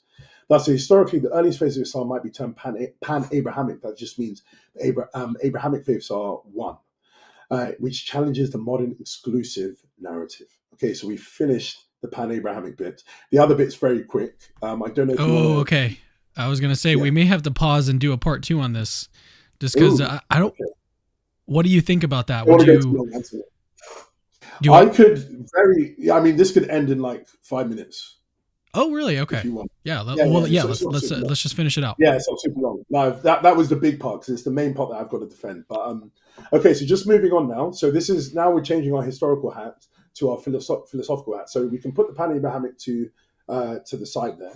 And now just this idea about continuity and connectedness. So my original sort of, let's say, part that I've added to this is nothing to do with the historical stuff. All I've done is just summarize the historical evidence from the scholars. But my original stuff was applying something that Richard Swinburne, who's an eminent philosopher of religion, that he forwarded in his own work, which was to do with Christianity. But I basically extracted that and applied it to this case. And he basically put forward this, I'll skip all of those bits here, it's not so important. He put forward a criteria called criteria of continuity and connectedness. So if I want to know if two communities are the same, community at T1 and community at T2, then the community at T2 needs to fulfill this criteria: continuity in aims and connectedness in aims, and also continuity in organization and connectedness in organization. So basically this means the community needs to be aiming for the same thing, teaching the same thing, having the same mission in the same way as the original community. And it needs to be organized internally in the same way. So that could be leadership, membership rules. There cannot be total discontinuity in who can be a member from the first community to the second. It has to have the same rules that are going to place with leaders and membership. So the key thing is there needs to be continuity and connectedness in the aims. So in a religious context, we can say the doctrine, the teaching, and there needs to be continuity with the organization. So I've just given a very quick example. Let's say you have Oxford University, and let's say you have Oxford University existing in 2025, and let's say you have an Oxford University existing in 2100. Now, let's say in 2100, this Oxford University are no longer teaching students anything. They're selling shoes. They're selling shoes, trainers, all those sort of things. Now, is Oxford University in 2100 the same as Oxford University in 2025? We would say no, because Oxford University in 2025 has a certain aim of education. So Oxford University in 2100 has the aim of selling shoes. So it's not the same. The first one went out of existence when the aims of that organization changed. But it's not just the aims that were important, it's also the organizational structure. If Oxford University in 2100 got rid of all of its teaching staff and replaced it with, let's say a corporate structure with a CEO and managing staff and people who are working the tills and stuff, then that wouldn't be the same university. It will be a different entity because the organizational structure has changed. So the key thing is here, we utilize this when we're trying to identify any type of organization. As long as it's fulfilling the criteria of continuity and connectedness in aims and in organization, it's the same thing. Okay, so taking that all into account, we return back to the argument. So the argument says, if a later community lacks doctrinal and organizational continuity with its founder community, it's not the same. So that's what we just went through. If it doesn't have that criteria of connectedness and continuity in its aims and its organization, then it's not the same thing. Okay, that seems to be true. Premise 2 was what we spent a lot of time on. The founding community established by Muhammad, according to the pan-Abrahamic thesis, was doctrinally and organizationally inclusive. So it seems to be that the weight of evidence of premise 2, which we've gone through, Quranic, historical, epigraphic, physical, literary, documentary evidence, all of these evidence we've looked at seems to be supporting premise 2 to be correct. It was inclusive. Premise 3, the contemporary Muslim community is doctrinally and organizationally exclusive. It views Islam as only the path to salvation and limits members to Muslims. Now, that seems to be correct. I think most Muslims will agree to that you have to revert to Islam to have salvation given to you. in a sense, and the members of the Ummah are not Christians or not this, they're kuffar or whatever, they are not part of the Muslim community. So premise 3 seems to be correct. So what you have then, given these 3 things, I can't see where someone's going to attack these premises. Someone might say premise 1 is incorrect, but we're going to see why that's a problem, premise 2 or premise 3, okay? But the key thing is, if you agree with all the premises, you then have to be led to the conclusion the contemporary Muslim community is not Muhammad's community. Okay, now very, very quickly, I'll leave all of that. Oh, okay. What I do want to say is I'm going to make a very important statement here. The community, the contemporary Muslim community, according to the argument, is not Prophet Muhammad's community, but it is the community of Abdul Malik. So the leader of the contemporary Muslim community is not Prophet Muhammad, because he was an inclusivist when it came to his community membership and his teaching. It was Abdul Malik who instigated and instituted an exclusivist community. And so if you're following the community of today, you're following the community of Abdul Malik and not Prophet Muhammad. And so we're going to see why this is a problem according to these options. So there are 5 options in the way you can deal with this conclusion. You could ignore the problem. Okay, that's the first one. You simply avoid the question and say, you know what, I'm going to put my head in the sand and block my ears and say, okay, I'm just going to live my life as a Muslim. I could not care less about this problem. It's not, okay, whatever. I don't care about the history and the philosophies over my head. You're just talking word gymnastics or whatever. You could ignore the problem. The problem is, if you ignore the problem, you are not going to be able to live by the Quran, because the Quran says in Surah 4:59, it says, follow the Prophet's guidance and seek the truth, O believers. Obey Allah and obey the messenger. So it says, obey, O believers, obey Allah and obey the messenger. That's what it says. Okay, so you have to obey God and you have to obey the messenger. But if the messenger's teaching is inclusivity, then you can't ignore the problem and say that you're just going to follow, whatever you want, and you're not going to listen to what I've said here, because according to the Quran, you have to, according to his teaching, you have to follow the messenger. But if the messenger, according to the weight of evidence, is saying that you have to live an inclusive life as a Muslim community, then that's what you have to do. You can't ignore the problem. So you're caught in a bind. You want to follow the Quran, okay, but the Quran says you have to follow the messenger. But if you have to follow the messenger, then you have to affirm the inclusivity of what the argument is saying, and the community that you're part of is actually not the community anymore. So you cannot ignore the problem. You have to deal with the problem somehow. So let's now look at the ways you could potentially deal with the problem. You could reject Swinburne's criteria. So someone could say, you know what, I agree with all the other premises, pan-abrahamic thesis, great, okay, I agree with it, that's what it does, but I don't agree with the criteria that in order for a later community to be the same as the original community, it has to have continuity of doctrine and organization. Now, the problem that you have if you reject this is that it leads to incoherence, because then you don't have any real standard for identity. Someone could easily say then that the community of, at a later time is the same community as another community, but it's obviously not, because you don't have a criteria to be able to standardize it by. Obviously, what we normally go by is, does a community do the same thing, and is it in the same way as the other community? That's all the criteria is saying. So it seems to be intuitively correct. So I can't say that my chess club is a gladiatorial training facility, for Roman gladiators when we're playing chess. It can't be, because that's not doing the same thing that the gladiatorial training facility did, and it's not organized in the same way. The only way we're able to identify communities being the same thing at later times is by, are they doing the same thing, and are they functioning in the same way? Is the organization the same? Is the aims the same? So this is the same in the religious context. So you can't just reject Swinburne's criteria, or you're going to come into incoherence where people could be saying one thing is the same as another. Someone could say now that Prophet Muhammad's community is a polytheistic community. Well, you could say that, because you could say it doesn't matter about continuity of teaching with Prophet Muhammad. You don't want to do that. So you are implicitly assuming this criteria anyway, so you can't reject it. The third one is you could deny the pan-Abrahamic thesis and claim, you know what, I agree with Swinburne's criteria, I'm not going to ignore the problem, but the pan-Abrahamic thesis, I don't agree with it, okay? All the scholarly interpretations of early sources are not correct, and I have, it's something I can reject. The problem that you have is really think about the evidence that we've gone through. And this is just a summary of the evidence. There is strong historical, epigraphic, Quranic, documentary evidence. There is physical evidence that we went through with the archaeological stuff. I mean, it seems to be a wide range of evidence that we have that supports this. Now, think about the bar of history that you use when you're critiquing Christianity. do you even have that same amount of evidence against whatever Christian thing that you're arguing for? You probably do not. You probably just go by the Bible says this. Okay. What I'm saying is the Quran says this. Your constitution that Muhammad wrote said this. Your epigraphic writings from the community at that time says this. Your non-Muslim people, people who had no bias towards Islam, say it in this way. Your your coins that you print, you minted, said it in this way. I mean, there's so much wide range of evidence that if you're really going to be consistent in utilizing history, you've got to say the pan-Abrahamic thesis seems to be more plausible than its denial. It doesn't have to be certain for the premise to be true. It just has to be more plausible than its denial. That's it. And it seems to be correct that it is more plausible than its denial. And that's why it seems to have, caught wind a lot for a lot of scholarship, saying that it seems to be the mainline position that's taking place in Western scholarship.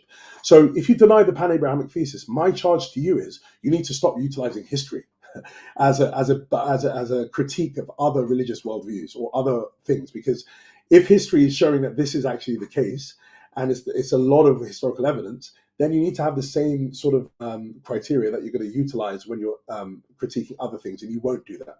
So do not perform the taxi cab fallacy of utilizing the taxi until you want to jump out, utilizing history to critique Christianity or any other worldview, and then jumping out when it's applied to Islam. It cannot be like that.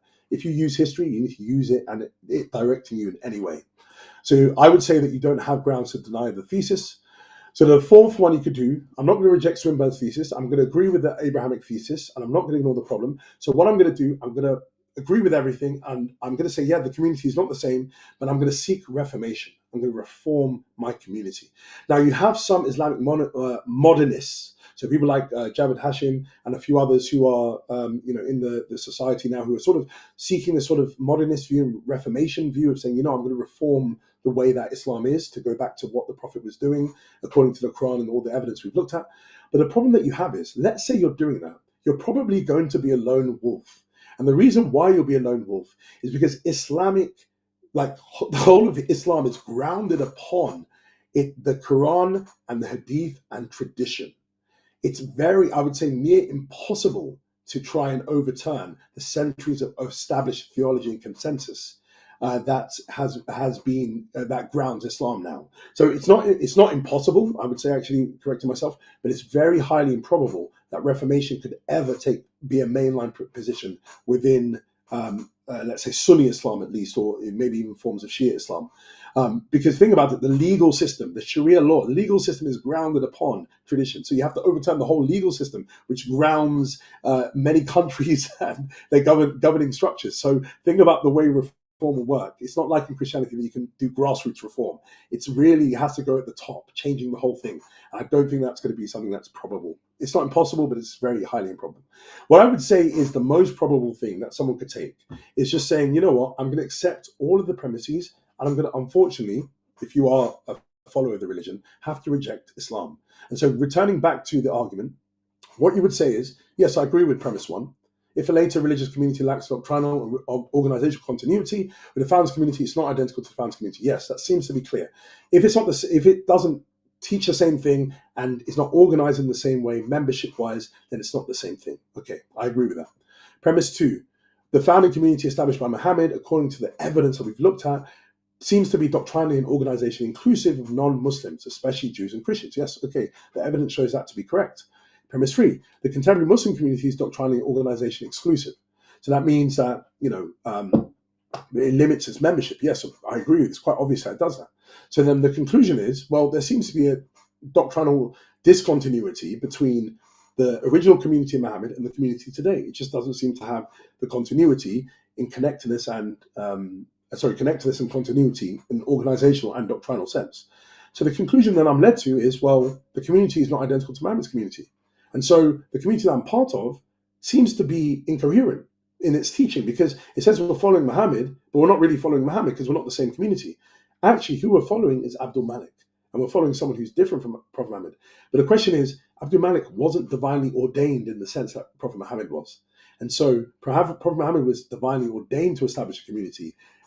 Abdul Malik was supposed to just uphold and further the community of Muhammad, but not change it. And so if you're following him, you're not following, I would say, the argument will go, the will of Allah, who only wanted Muhammad's community to be established. So that means then it seems that you have to reject your position. If you want to really follow God and follow Muhammad, but you can't really reform, it's not really a probable option, and you agree with all the premises, then it seems to me that you have to reject the religion. And that's the conclusion that we reached to.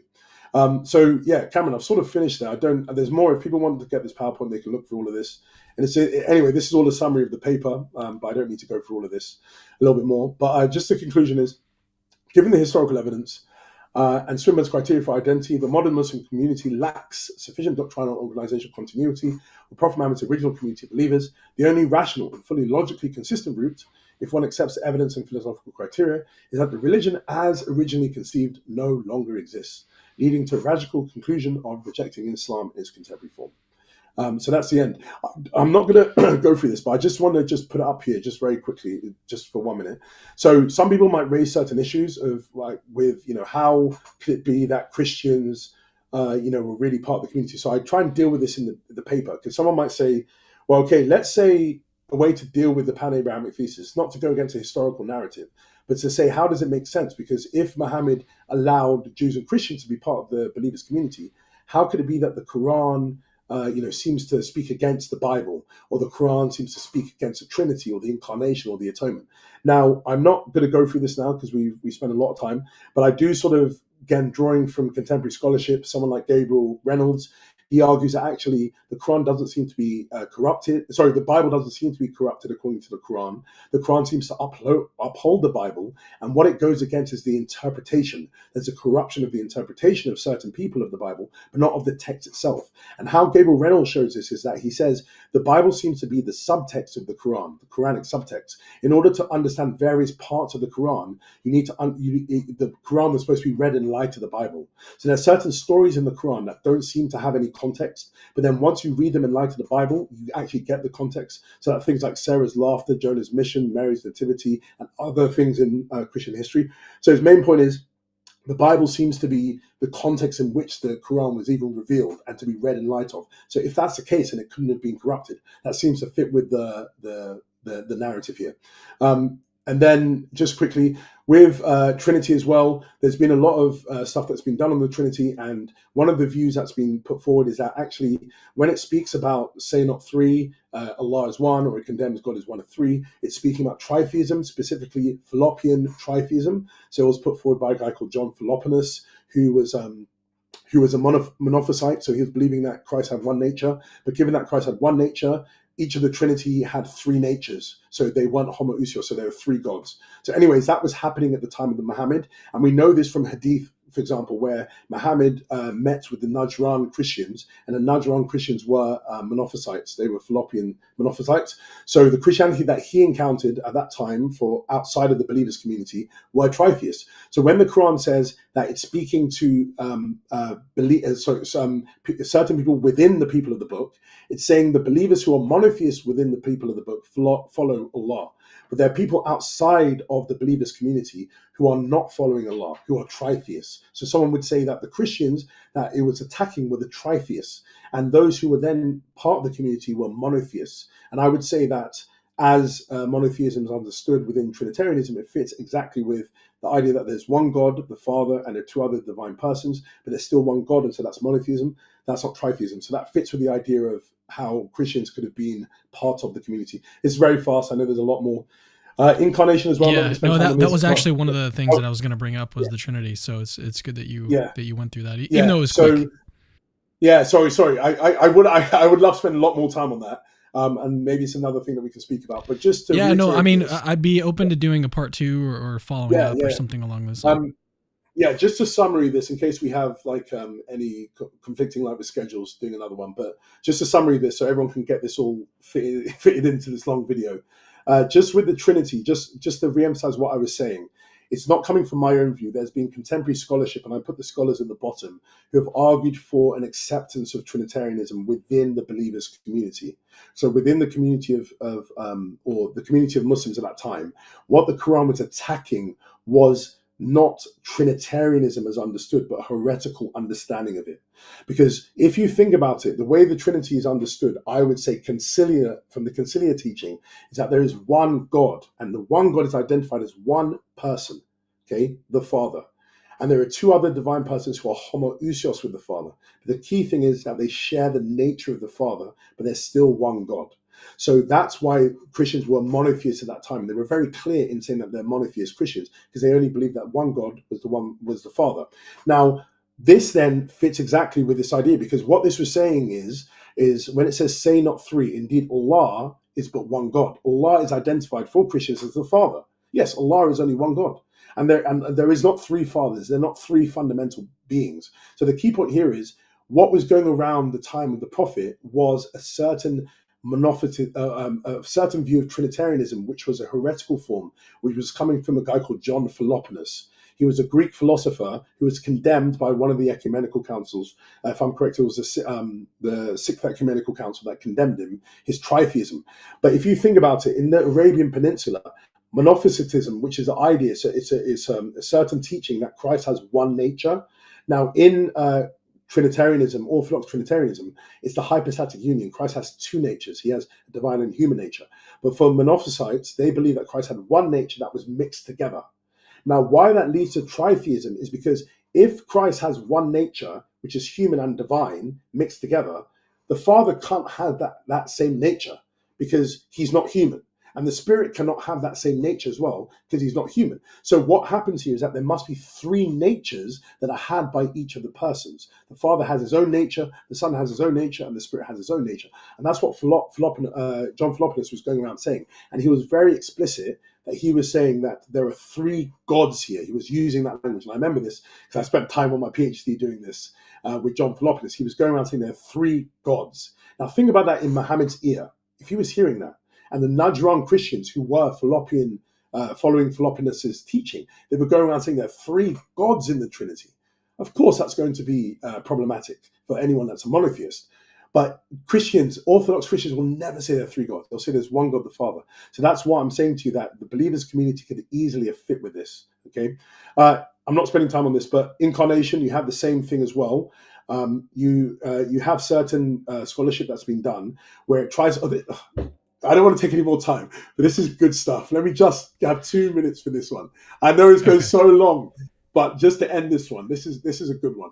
I'm curious if you watched my video on this one. I addressed this verse. I think I might have. Yeah. I think you covered you covered a few options. So this is drawing from some of the scholarship, but someone I really want to focus on is Angelica Newirth, who's a very, very respected Quranic scholar. Okay, very respected.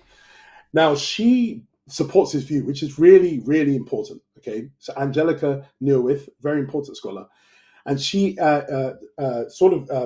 emphasizes this view. So when the Quran says Jesus and when it speaks about the Quran speaks about that God, it's not begetting. So the middle verse there, the begetting verses. It's not befitting for Allah that he should beget a son. So you will hear Muslims say all the time, the incarnation cannot happen because it says that God does not beget a son. Now, Angelica Newirth and other individuals, sort of Corkid and von Stoch, they argue, and other scholars have argued, that actually the Quran was not attacking Christianity. It was attacking a certain form of pagan belief at that time. The pagan Arabs were going around saying they had this belief that basically they were polytheists, and they had this belief about the daughters of Allah, that Allah had daughters. And when Christians were going around telling them about Christianity, oh, Jesus is the Son of God, they assumed that belief into the idea that they had of the daughters of Allah. But when they used the term daughters of Allah, they were using it as a physical generation.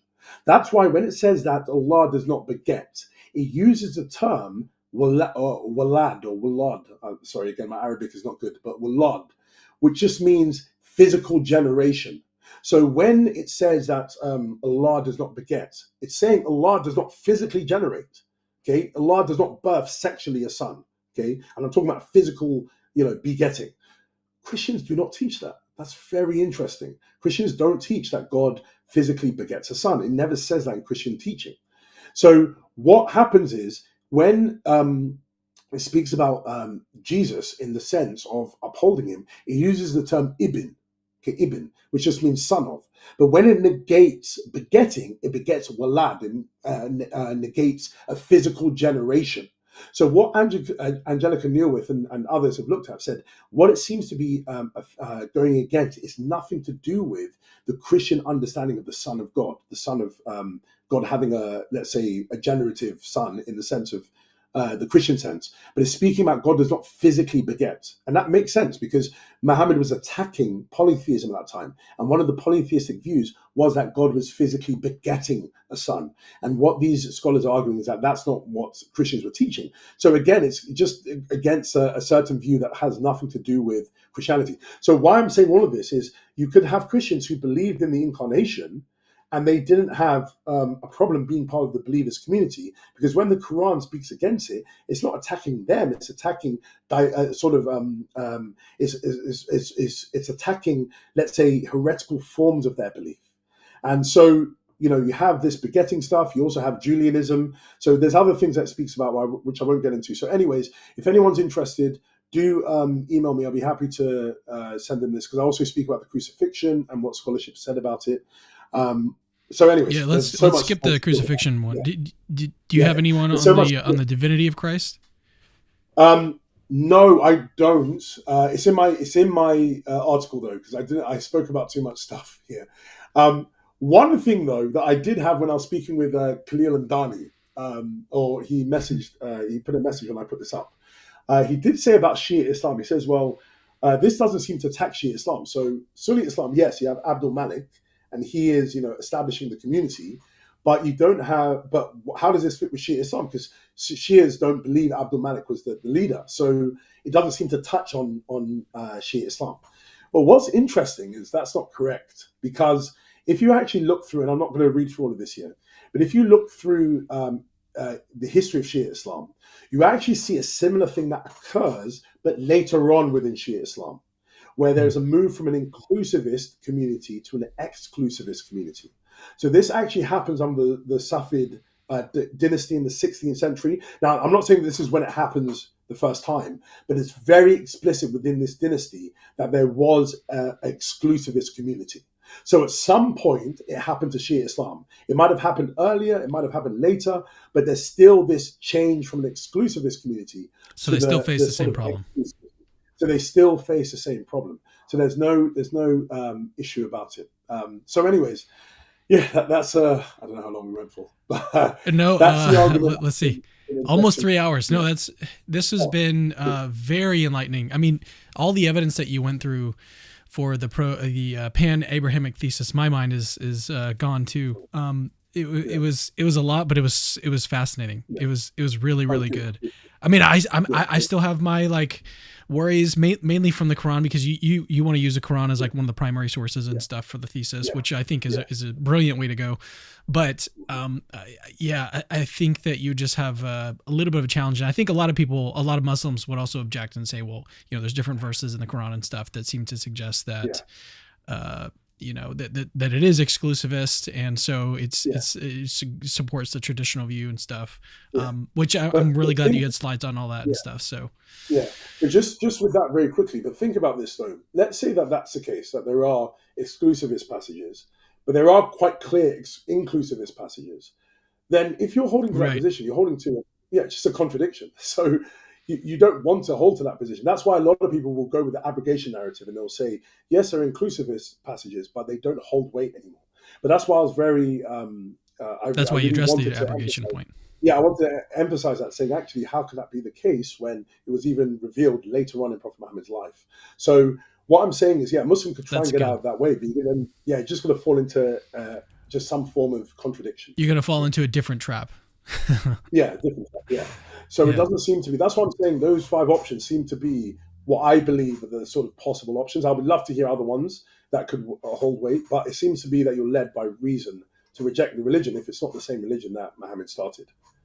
Yeah, so, I think if I was that's what a Muslim would say to you with Christianity, though. They would say, well, if you really want to follow Jesus, you got to become a Muslim, because you're not following the real Jesus. So it's the same thing. I mean, they have to be consistent and say, well, if you're not following the real Muhammad, because that's not what Muhammad really taught, and that's what the community established, then you should reject it as well, the same way that you'll tell me to reject Christianity. Yeah, so I think if I was someone like Khalil Andani, who is Yeah, he's been on the show before and stuff, and you even mentioned him just recently. Like if I was someone like him, I was really devoted to the religion, and I wasn't looking yeah, to change religions anytime soon. I think I would take the fourth option, which was basically yeah, try to reform Islam, which is practically speaking, I think it's true that would be very difficult, but it doesn't yeah, require rejecting Islam, right? You could yeah, still, you could just hold it. Well, we need to reform everything, and maybe yeah, you would try to start a movement. yeah, Um, yeah, I think yeah, that's if I was someone like Khalil Andani, I think that's yeah, the position I would yeah, take. yeah. I wouldn't necessarily it wouldn't lead me necessarily to reject Islam. Yes, yeah, yeah. I agree with you, but you seem to fall into the problem of, well, who are you to reform it? Like you have Yeah, an epistemic problem. It's a similar thing with like Protestantism and facing with like Catholicism and Orthodoxy, of like where does the authority lie? Yes, okay, fair enough. But then it seems like the religion is just going to disintegrate because then whose interpretation are we then going to follow?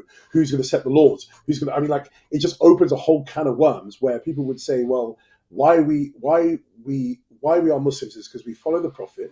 We he's our guide as such. God is our guide through him, but we also follow the consensus of the scholars over the centuries who've established this is the correct interpretation. This is the legal laws. These are all the sort of things. So for some upstart in the 21st century says, I'm going to reform the whole thing. Fair enough, good to you. But I don't think it's yeah, going to have go very well in fun. Saudi Arabia. Yeah, Saudi Arabia and Indonesia. I don't know how well that's going to go, but it's just fine. But I'm saying if you're talking about Hmm. practical reasoning, what's the practically rational option? Like, so if you're Yeah, taking into account what's yeah. the practically Practicality rational, is different yeah, yeah. than So epistemic reasoning. that's what I'm saying. It seems to be leading in that way. But anyways, Hmm. as with any philosophical argument, there's always ways to try and argue against it. So I look forward to What what people say. Yeah, one other thought I had was with that fourth option, it does seem like that's going to like because Christianity is, I think, pretty exclusivist, right? At least in the sense of like there are very specific claims that Jesus made, and there's very specific beliefs that are entailed by Christianity that seem to require you to believe certain things about Mhm. reality, right? That Jesus is God, that there's a Trinity and stuff. And so Yeah, maybe the person in this view would just accept all those things, but it seems like there's there's going to be a conflict somewhere. Like eventually you're going to run into like you can't be a Jew and a Christian and a Muslim. Like you can't be all of these things all at once. So where do you yeah, draw the line at, and where that's the sort of question that fourth option would lead me to is like what is yeah, actually a coherent view among all yeah, of these different religions, right? Because this one yeah, is saying is sort of like a pluralistic option, and that's what yeah, the whole pan-abrahamic thesis is all about. Is that it's saying that yeah, this community was very inclusivist, it was very pluralistic, but then how does that actually work? How do you yeah. be a pluralist? Yes, yeah, A yeah, coherent exactly. pluralist. Yeah, and something I would say as well is you've got to remember our time compared to the time of Prophet Muhammad. Prophet Muhammad was still existing in the first millennium, where there was still the conciliar period. People are still, understanding what is the ecumenical councils, what are the understandings of the nature of Christ, what are all these things. So the doctrines of Christianity were not, I would say, explicated in a definitive form completely. Now, think about it now. Christianity has moved so far away in its understanding of many things doctrinally. Let's say in Catholicism, having a papacy. How would you have a papacy whilst you also have a Muslim community? How would that work? You know, how would you have Jews who don't hold to certain law? So what I mean is, this could work. The pluralism could work during the time of Prophet Muhammad because it was still sort of in its formative phases. All of these religions. So the first millennium, you still had that formative phase of Christianity. What I mean is doctrinally. So I still don't know doctrinally, about that. yeah. So what I mean by this. So obviously in the first millennium, sorry, the first century, you had Well, it seems like just even Christ. with Jews and Christians, like Yeah, there's beliefs that they hold. Jews, if you believe that Jesus is yeah, the Messiah, then you're yeah, a Christian. yeah, You can't yeah. hold that as a Jew. Yeah. So what I mean is no. So something just to correct on is the pluralist option isn't saying that you have to become all of them. So the pluralist option was saying I'm a Christian and I'm living with a Jew, and the Jew is living with a Muslim, and we're all part of the same community. But I'm a Christian still. I don't need to become a Jew. You don't need to become. I don't need to become a Muslim. So I stay my religion, but we're living together in one community. Now, that was Muhammad's community, where Jews, Muslims, and Christians were all living together under him in And one they can all house. be saved. Yeah, all live together and be saved within their own religions. So, but now if you're picturing it like a house, it's now in the Muslim community, Christians and Jews being kicked out the house, and the only ones in there are the Muslims. So what I'm saying now is, let's say someone wanted to reform and get back to what Prophet Muhammad was doing. The religions have moved so far apart from each other when it comes to like things like tradition. So Catholicism, Orthodoxy, the tradition that they have, it's so alien from the tradition that Muslims have. So what I'm trying to say to you is, how would you even be able to begin to have that type of community that Muhammad had at the beginning? Because what I'm saying is, at his time, the communities have been really defined now, and there's very sort of strict edges. Explicitly, all those sort of things hadn't been explicitly formulated. So it was easier to have that sort of living in the house together. But now they're so far apart, like in what they hold to. So how would you even begin to have that pluralistic community as such? So it's interesting. I don't know. It just seems like that option practically seems to be an irrational option. Like something won't occur. Like it just seems so near impossible. Because anyone would say anyway, who are you? You're not an authority. Like let's say you had caliphs. There's no more caliphs in Sunni Islam. Caliphs who had authority over their communities. They could say, okay, you know what? We're going to return back to Prophet Muhammad, and then everyone's going to have to follow them.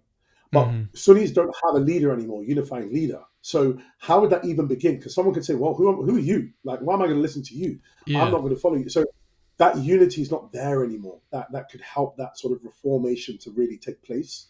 So I don't know. It just seems like practically you're led to that last option. This does seem like a pretty serious problem. Yeah. So just last thing, and we can finish on this as well. Something that's brought up by Khalil and also I kept on quoting, but he's a really great scholar at Harvard, Javid Hasham. So these two, they say. Oh, Javid. No, I've talked with him on Twitter. Yeah. So they say that Donna actually made a slight mistake, and I agree with this. And I was on my slide as well at the end, where Donna basically made a mistake between the term believer and Muslim. So basically what the idea here is that believers in the Quran were a term just for the Quranic monotheists. Muslims were the term for all of them. So basically what they're saying is that it wasn't that everyone was a believer. The believers were just the Quranic monotheists, but that Muslims was everyone. So basically it's a linguistic problem. So I just wanted to highlight that now, but that doesn't go against the thesis because it still works. Because what happened under Abdul Malik is that the believers, who were the Quranic monotheists, they became the Muslims, and there were no longer Muslims who were part of the community there. But anyways, just wanted to highlight that. So just to say that the thesis still works despite that objection. Yeah. Gotcha. All right, let's turn to a super chat really quickly before we close out. Urinating Broom says, now please make the argument using trope theory. Oh, goodness. That's compartmentalized in another part of my brain. This is more the historical part. And I'm happy that tell the audience really quickly where that's even coming from. Your thesis. Yeah, so it's just an idea that I utilize in a model of God that I put forward in my natural theology, so sort of arguing for God's existence, where God is a trope, so he's like a particularized object. So I don't want to get into it and just bore people. No, don't get into it. But it's just something I use in God's. I think it's a very useful view that you can utilize in arguments for God's existence. Yeah, it played a pretty big role in my conversion as well.